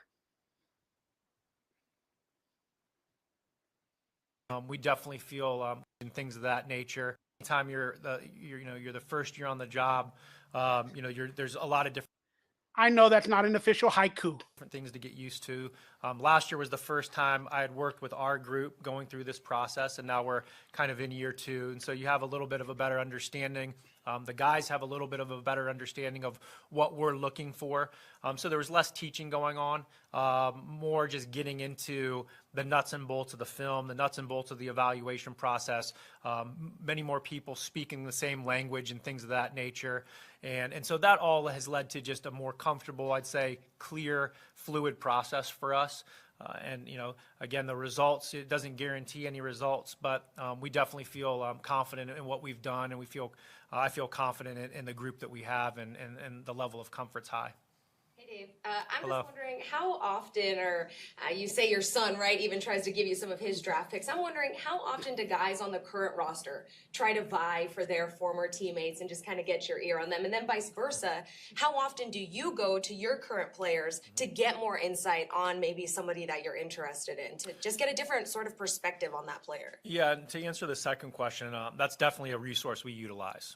Guys that are on our team, currently on our roster, that have played with different guys in the draft, those are conversations we're going to have during the process that we have had also. And so, yeah, it's a valuable resource because they've been with those players in a more detailed way than we have. They've seen them practice. They've seen some guys grow, throughout their time that they spent with them in college. And so definitely a lot of value in that. In terms of the players' opinions, they're all pretty. There's some that are a little bit more play scout a little bit more than others, and they're generally pretty sly about it. They're not overly overt. It's more like, hey, what did you think about so and so at whatever school, South Carolina? Hey, did you watch him? Did you visit him? Yeah, I played with him, and so there's more of that interjection from certain scouts that are on our 50, now our 90-man roster than others. But at the same time, keep an open mind, keep an open ear, and take it with a grain of salt. Did you just hear that, guys? They said keep an open mind to the players' wishes of possible draft picks from their former college. Keep an open eye, keep an open mind, and keep an open ear. Basically pretend you're listening to the players and then do whatever you want. They don't listen to the players. Again, I've said this before. When they show you who they are, believe them. And now that brings me back to this quote by John. First off, I love you. Don't get upset. We're critiquing everybody. You said, get rid of all the locker room guys that don't buy in. So this proves you're on the Josh McDaniels, Dave Ziegler train, and you believe all their lies in their stuff, because they've exposed many bad situations and character flaws within their game plan to many of us. So, per your broad statement, John, and I love you, I do, just from my perspective, and it's a salty perspective at that, I got you. But you said get rid of all the locker room guys that don't buy in. Again, what is Josh McDaniels and them selling? They've gotten rid of the best quarterback the Raiders have ever had, whether it was time or not. They've insulted, got rid of draft picks. They've insulted a bunch of players, publicly exposed them, traded them. Did those players not buy in? Now Josh Jacobs is not getting a contract that he thought he deserved or worked towards. So is he not buying in? He's saying stuff in social media. Davante Adams is struggling with some of the decisions. Is he not buying in? Again, if they show you they're a snake, believe that they are. Not everybody, even in the locker room, that still wants to be a Raider is buying in to Josh McDaniels and Dave Ziegler's treatment and game plan and the way they're running the team. Even players that want to be Raiders and are still going to be Raiders, maybe even Hunter Renfrow or Josh Jacobs or Davante Adams, are not bought in on Josh McDaniels and Ziegler, etc., so on and so forth. So, do we, per your statement, John, do we need to get rid of Jacobs? Do we need to get rid of Davante? Do we need to get rid of Hunter? Or anybody else who is worried and frustrated with the way they're picking players, trading players, getting rid of players, not paying players, treating players? Should we get rid of all those players? That's why your statement doesn't hold weight. But I love you, John.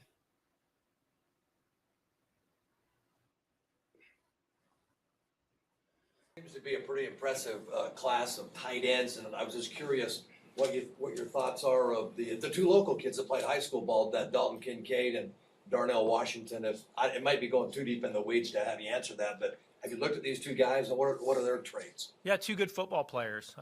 Again, two local people that have went into the college, went to good football programs too, and had success at two good football programs, which says a lot in itself. To go to Georgia and go to Utah and earn starting roles and be highly productive players at those two schools says a lot about those two players.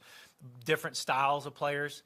Obviously, Darnell's a much bigger, longer, has size to kind of be a force in line as a point of attack blocker, and he also has size and length as a receiver. And I'd say Dalton, obviously his strength has been in the passing game, and has been really productive as a route runner, and being able to get open at different levels of the field, and still developing as a run blocker. They didn't ask him to run block a lot, but he has a willingness to do that. And so, yeah, two impressive kids that have had great college careers that look like they have a chance of being really productive NFL players also.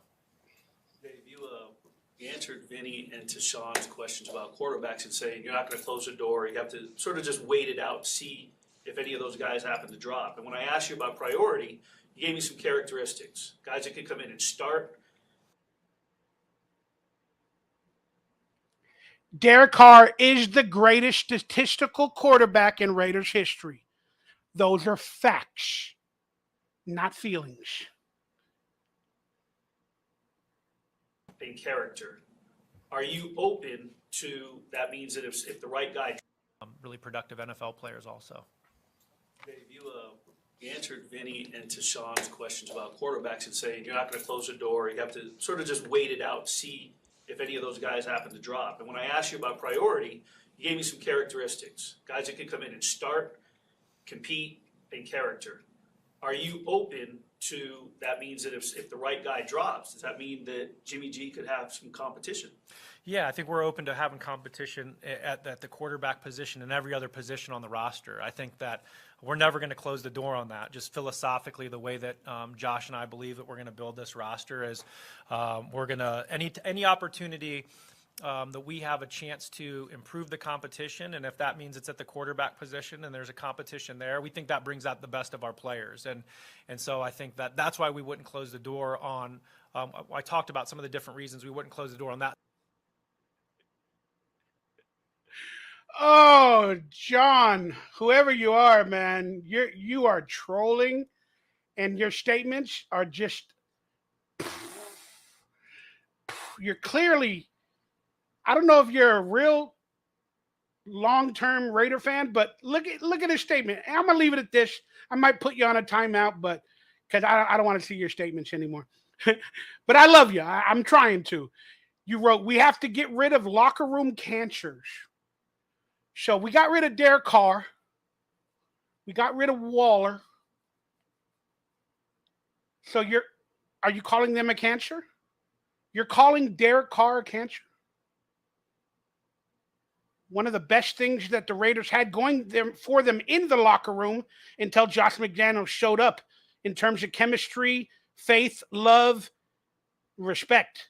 Derek Carr was not a cancer. So I don't understand your statement. I'm just going to chalk it up to stupidity, where you not understanding the Raiders' history or their lore. And I'm just going to leave it at that, John. But you have a blessed day, brother. I'm tired of getting trolled and getting irked.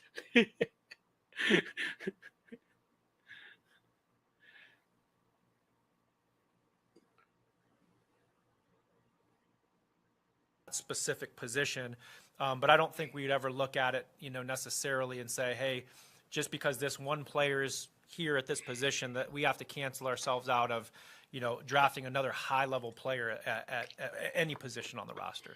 We're gonna do 3 more. We'll go Ed, Vinny, and then Adam.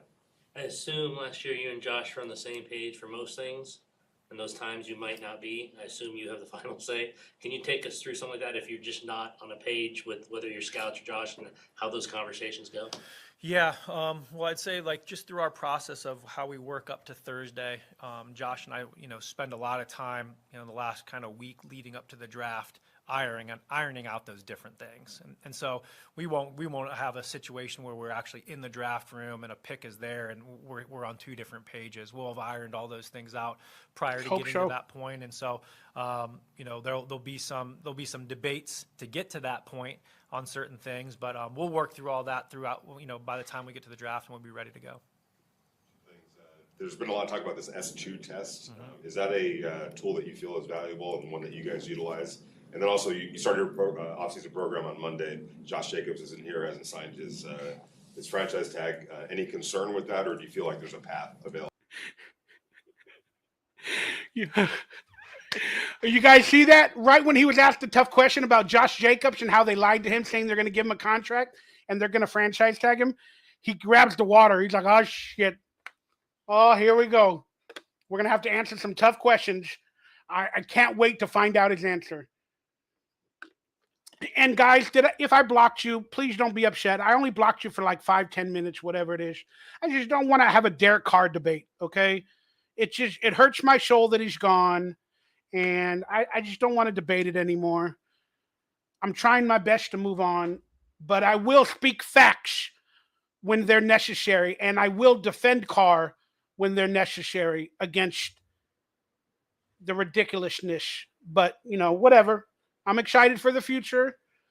I just hope Jimmy G, or if we draft a rookie quarterback, we can put some wins together, man.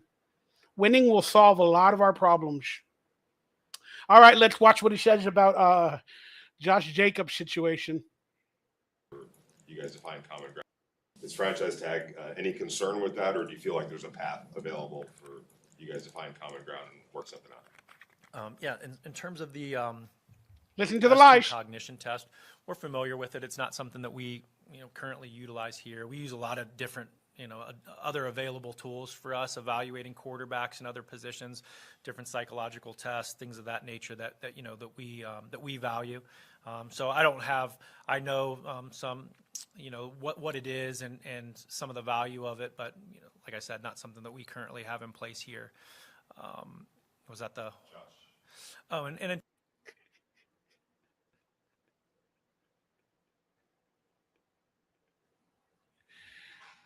Ooh, watch him try to avoid the Josh Jacobs answer like the plague.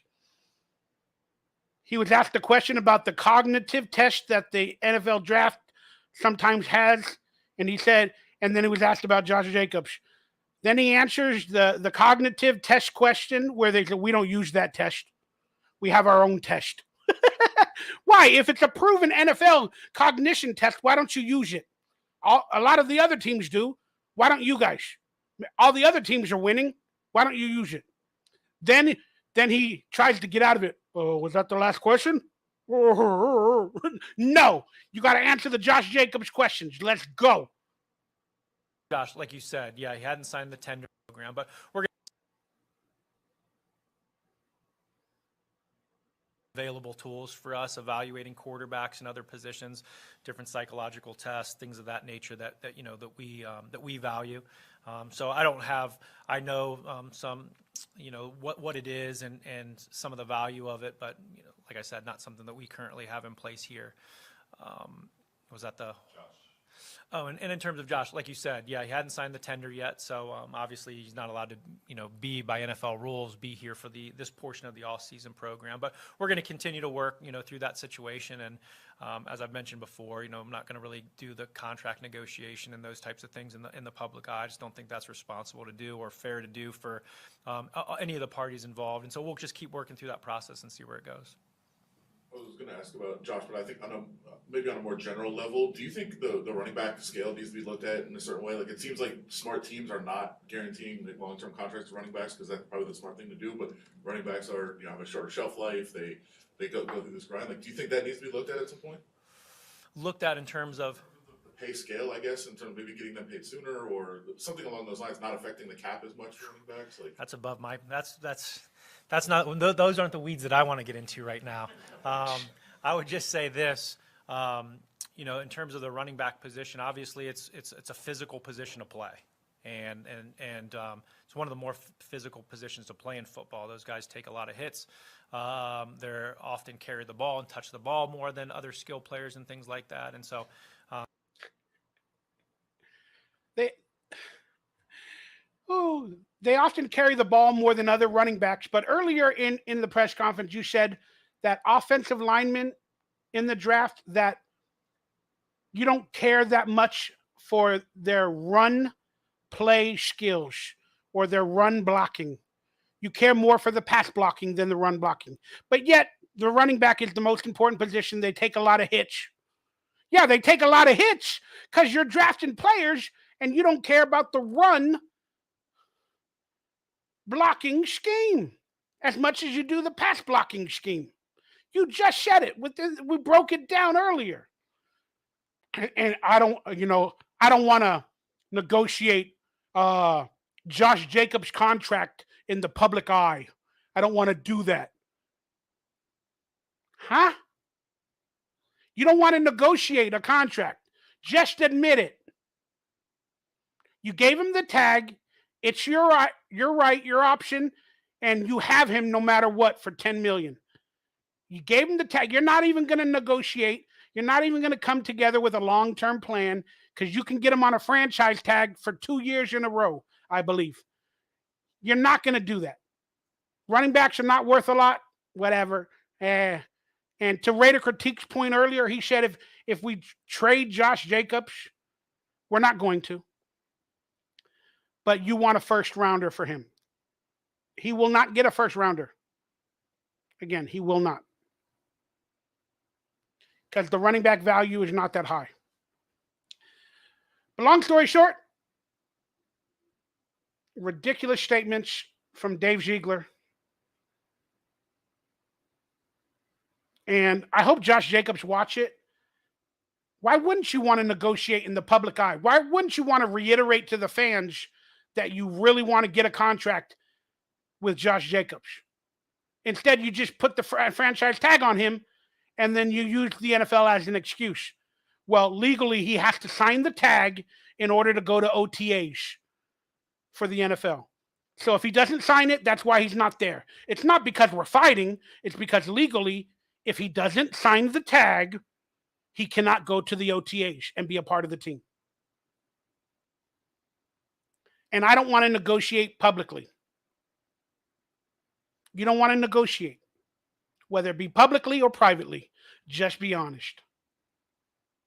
Tough position to play, and in terms of like getting into the the pay scale and what it could be or should be, I'm gonna leave that one alone.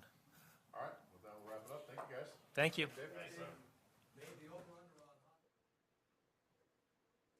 There it is, Raider Nation.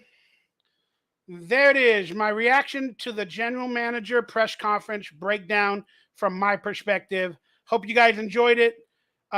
Look, am I excited? Unfortunately, I've been a little bit too upset to be excited with Josh McDaniels and Dave Ziegler as of late. And I apologize, I'm not able to find the excitement like many of you have been. Because if I'm not happy in real life, it's going to be really hard for me to be happy with my team's life. And again, I got more and more salty with all the players being traded, released for various reasons, and it just added to my negativity. But do I have a little bit of pride and faith that we can finally fix the 20, 30 years of errors by the Raiders? Of course I have it somewhere buried deep. And until we get like an amazing quarterback, or until we win like 5 games in a row and things seem to be on the up and up and up with Josh McDaniels and Ziegler, I'm going to critique them until that point because I'm salty now. And I hope you guys understand and agree. Whether you do or you don't, it's okay. They're still disrespecting players like Josh Jacobs, Waller, and all that after the fact of them being traded. And like I said, I've said it this entire show. When they show you their nature of how they do things, believe them. I don't like the way they do things. If it gives results,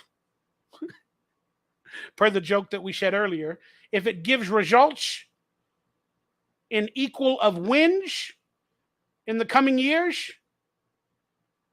then Mikey Rader had no reason to be salty.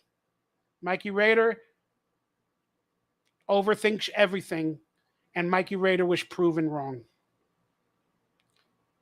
But if you've seen any of my shows before, for many a years, I'm often right. And I hate that part of some of my opinions and decisions. All right, y'all, let's stay online for another 10, 15 minutes. My neck is really hurting me. Ugh. It's really hot out here in LA today. It's like 90 degrees. Haven't had that type of heat here for a while. I'm probably going to get going. So let's get some Q&A from you guys. Hopefully super chat, because I'd appreciate the support. Just want to remind everybody there will be a live draft reaction show for members only on Thursday at 5 p.m. Pacific. On here, I'm going to use my iPad. I'm going to try to go live and react to the draft, the first round, maybe the second round, third round, Thursday and Friday. And whatever, yeah. So if you guys can support by sending some super chat or becoming a member, I would truly appreciate it. It will come up on screen. And let's do this show. First off, I want to thank everybody for still chiming in, being a part of the stream. Even John and John Leone and the other John been irking me. Whatever. Jair Galbanoff, thank you for being online. Raider Critique. Tony Raider.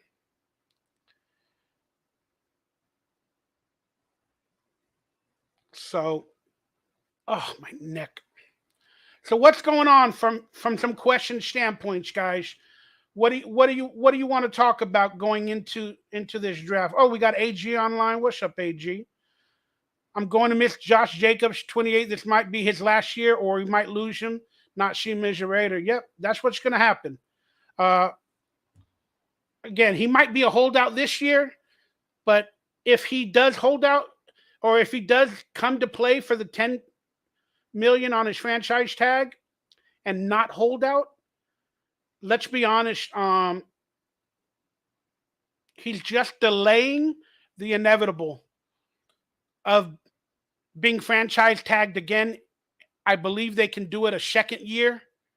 I might be wrong, but forgive me if I am. But I think they can franchise tag him 2 years in a row. So they're doing it this year, and he's going to have to play. That's $10 million. That is life-changing money.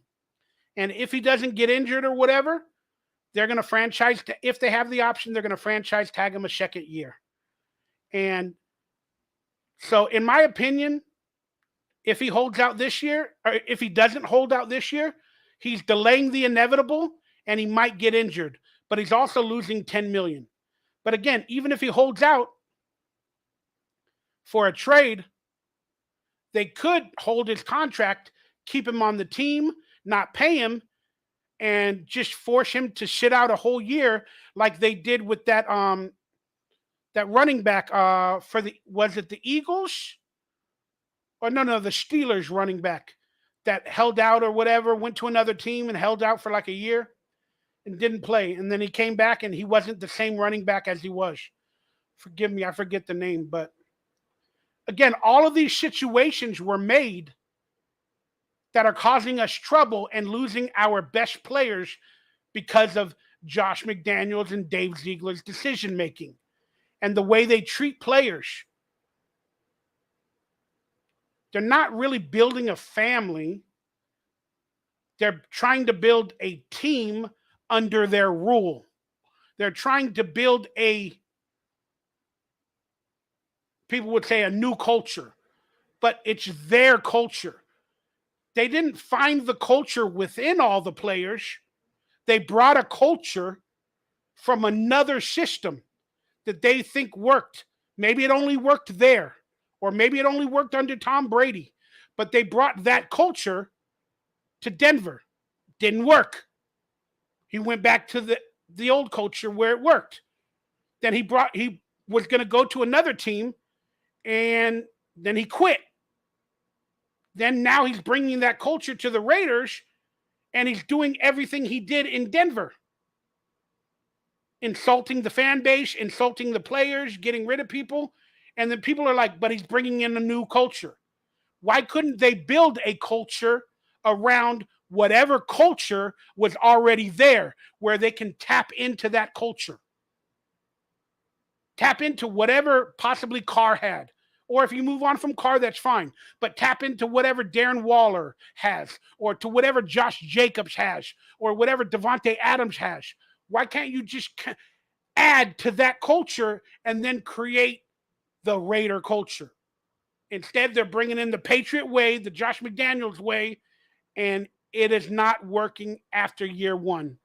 And I still fear the proof that it's still not working going into year two. With the Josh Jacobs situation that might become a holdout and other stuff like that. Again, there are some players that don't trust, believe, or like McDaniels that are still in that locker room. So this season, are players going to fight back if we're losing? If we're losing games, are players going to be benched? Depending on who they draft, are players going to be upset if they don't get playing time, or if he plays Josh Jacobs in a Hall of Fame game, if he does sign the tender? Are they going to trot out Josh Jacobs again to make a point in another preseason game? What's going to happen with these decisions? I don't see it getting better. You guys might. I don't. Because like I said, when they show you their true nature, believe them. My true nature is I have a big heart. I try to love everybody. I'm also very negative on many situations, and I judge people a little bit too much. I know, and I'm insecure. I know who I am. I'm 48 years of age. I know who I am. I'm not saying I'm the best person, but I am a good person. And if you're in my corner and I believe in you and I love you and I respect you, we're going to be friends for life.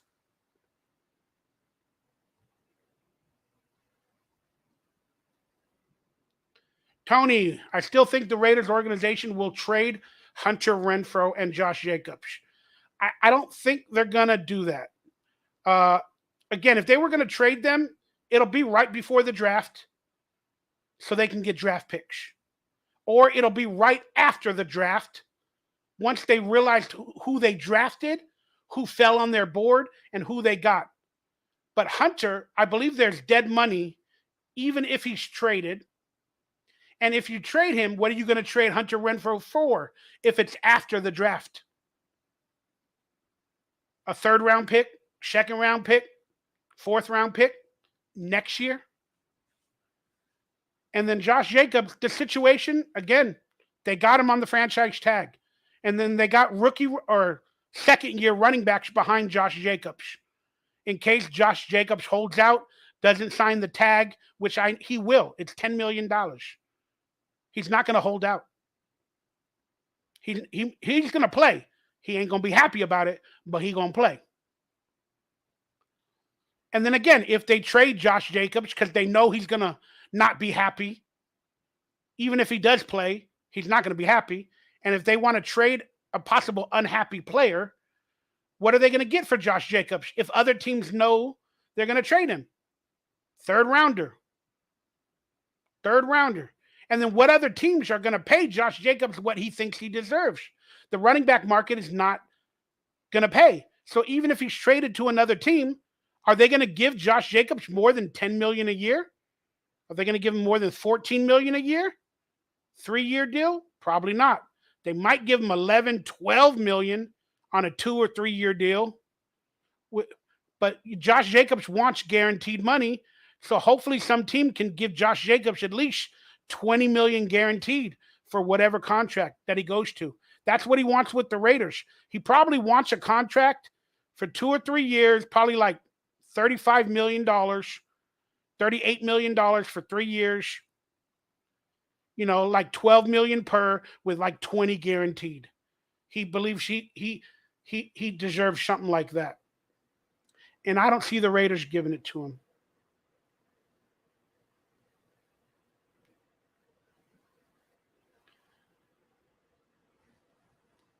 Okay, I see the Raiders going 9-7 at best.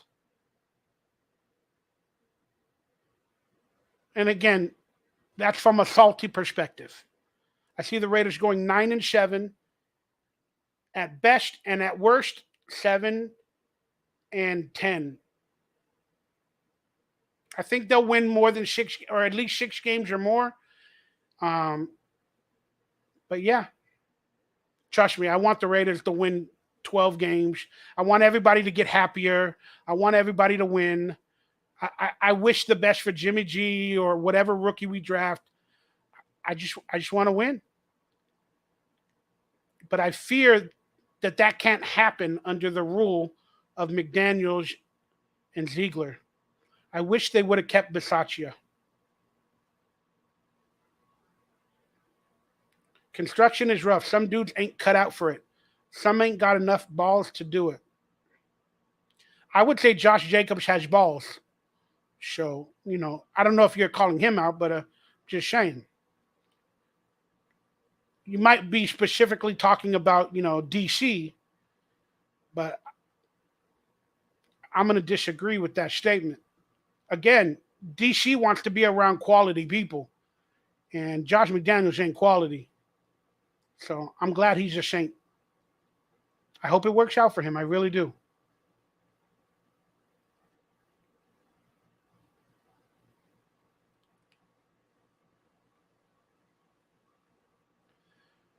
Some guys have talent out the wazoo, but ain't got it upstairs. Got to have it mentally too. That's why they need to do their research. And again, when somebody shows you who they are, whether it be a player or even a coach, believe them. So if a player is a little bit stupid in a meeting, but it's got talent up the wazoo, are you going to sacrifice for the talent? Or are you just going to say, this guy clearly seems to be not understanding what I'm selling? Do I give him a chances or do I not draft him? Those are the decisions they got to make.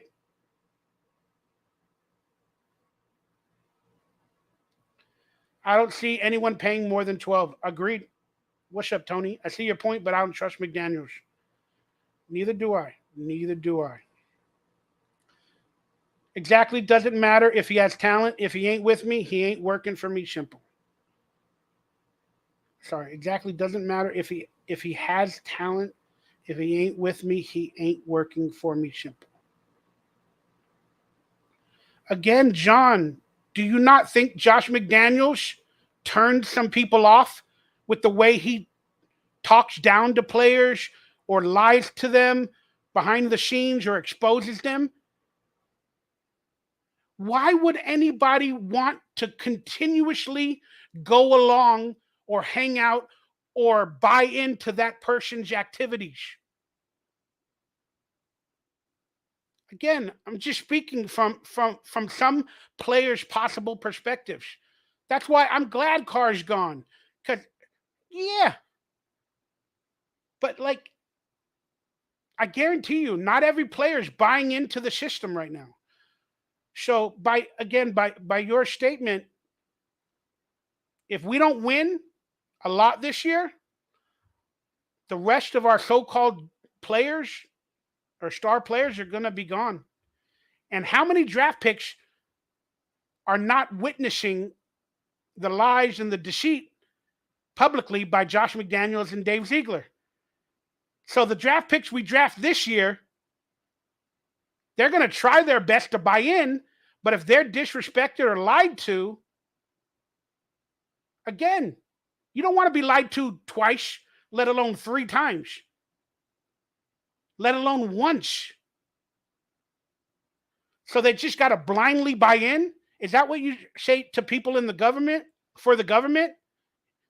The government says if you don't buy into what we're selling, get rid of you. You're cut. You're going to jail. It's not a way to run a team, John. Again, if you want people to buy what you're selling, sell something good. Sell something good. That's the name of the guy, Le'Veon Bell. Le'Veon Bell. Schedule next year is going to be rough. If we're being real, probably 3 to 4 win season. We are in rebuild. Well, you might be right. I mean, yeah, scary to think about.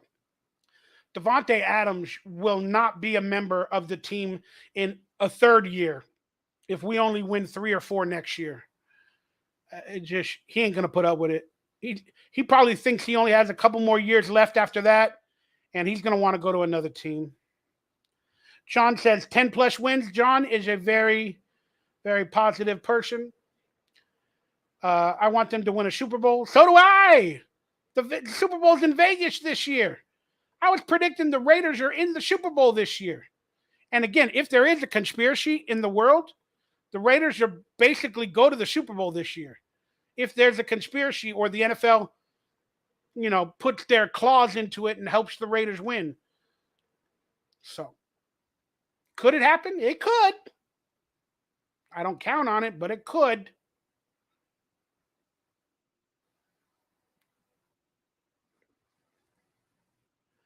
Playing in the NFC, you got to read all the comments. Yeah, I can't read them all, John. I think that's what I can't read them all.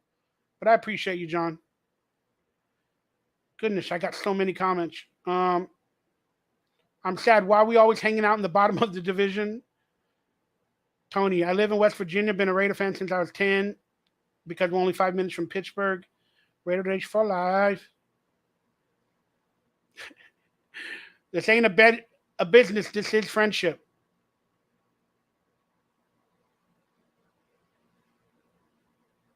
Okay. All right. Good business is good business. Friendships happen within business. That's how good businesses get better, with friendships. Okay?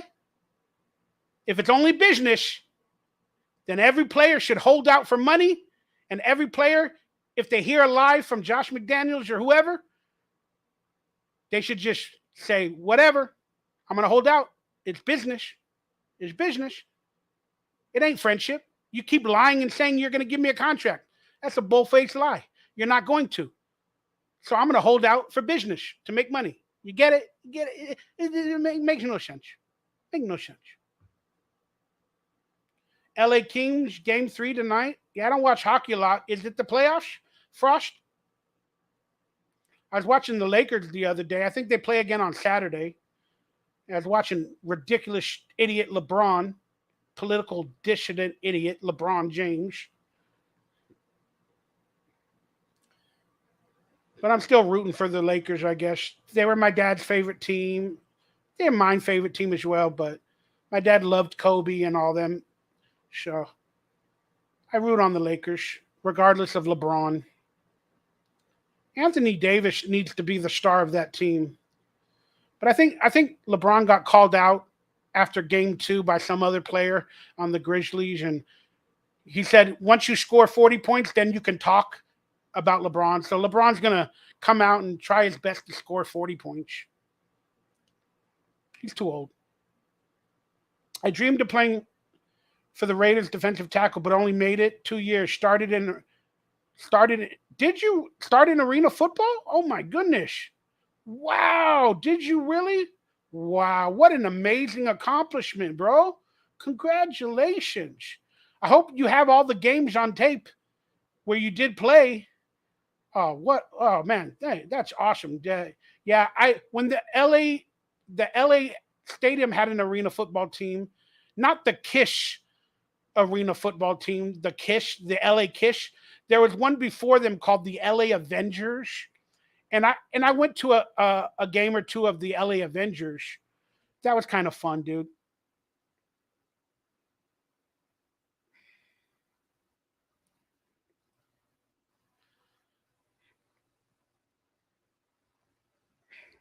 You're right. Adams is going to be playing for someone else next year.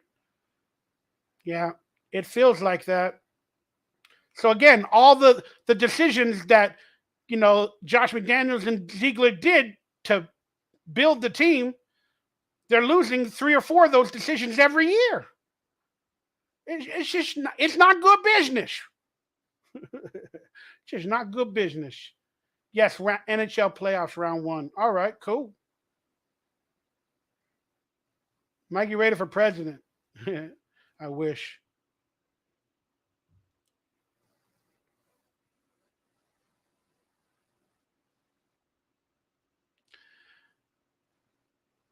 I'm not going to answer any more questions, John. I apologize. It just our philosophy is not the same, bro. Like so you do you, John. But you got a Raider tattoo. I see it. I love it. You're a clear, red-hearted Raider. We just got different ideas in how to run a team or, how to treat people. So I would want to go into business with friends.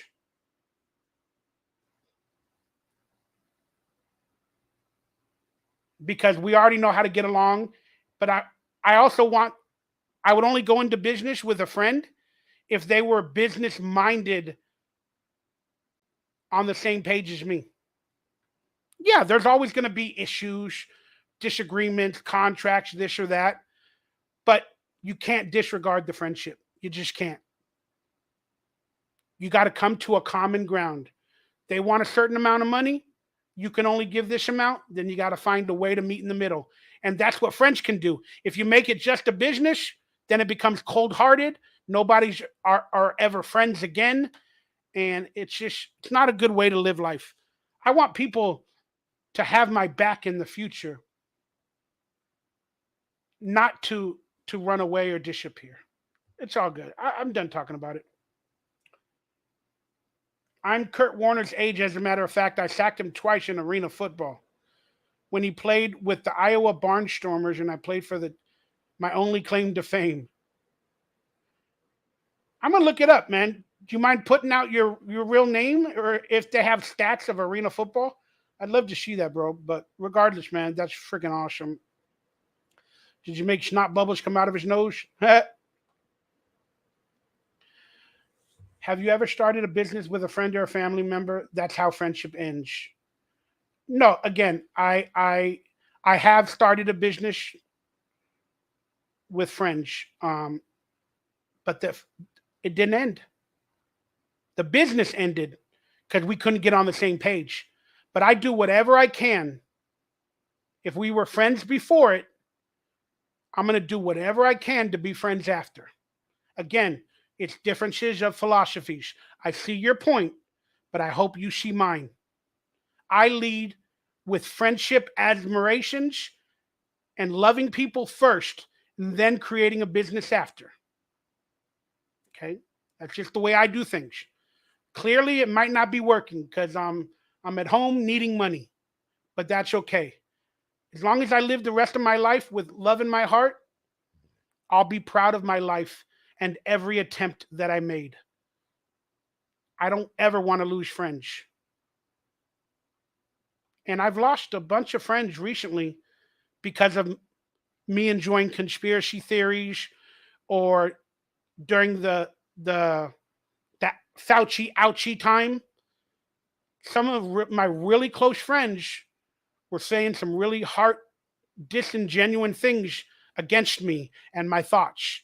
They were not respecting my opinions. So I basically lost them as close friends. They're still friends. They're still in my life, but I will no longer associate with them as much as I did because we're not going to mesh. Get it? Politically or that way. So, but we're still friends. And I actually saw a movie with one of them the other day. So we're still friends, but we're not as close. And that happens with everybody.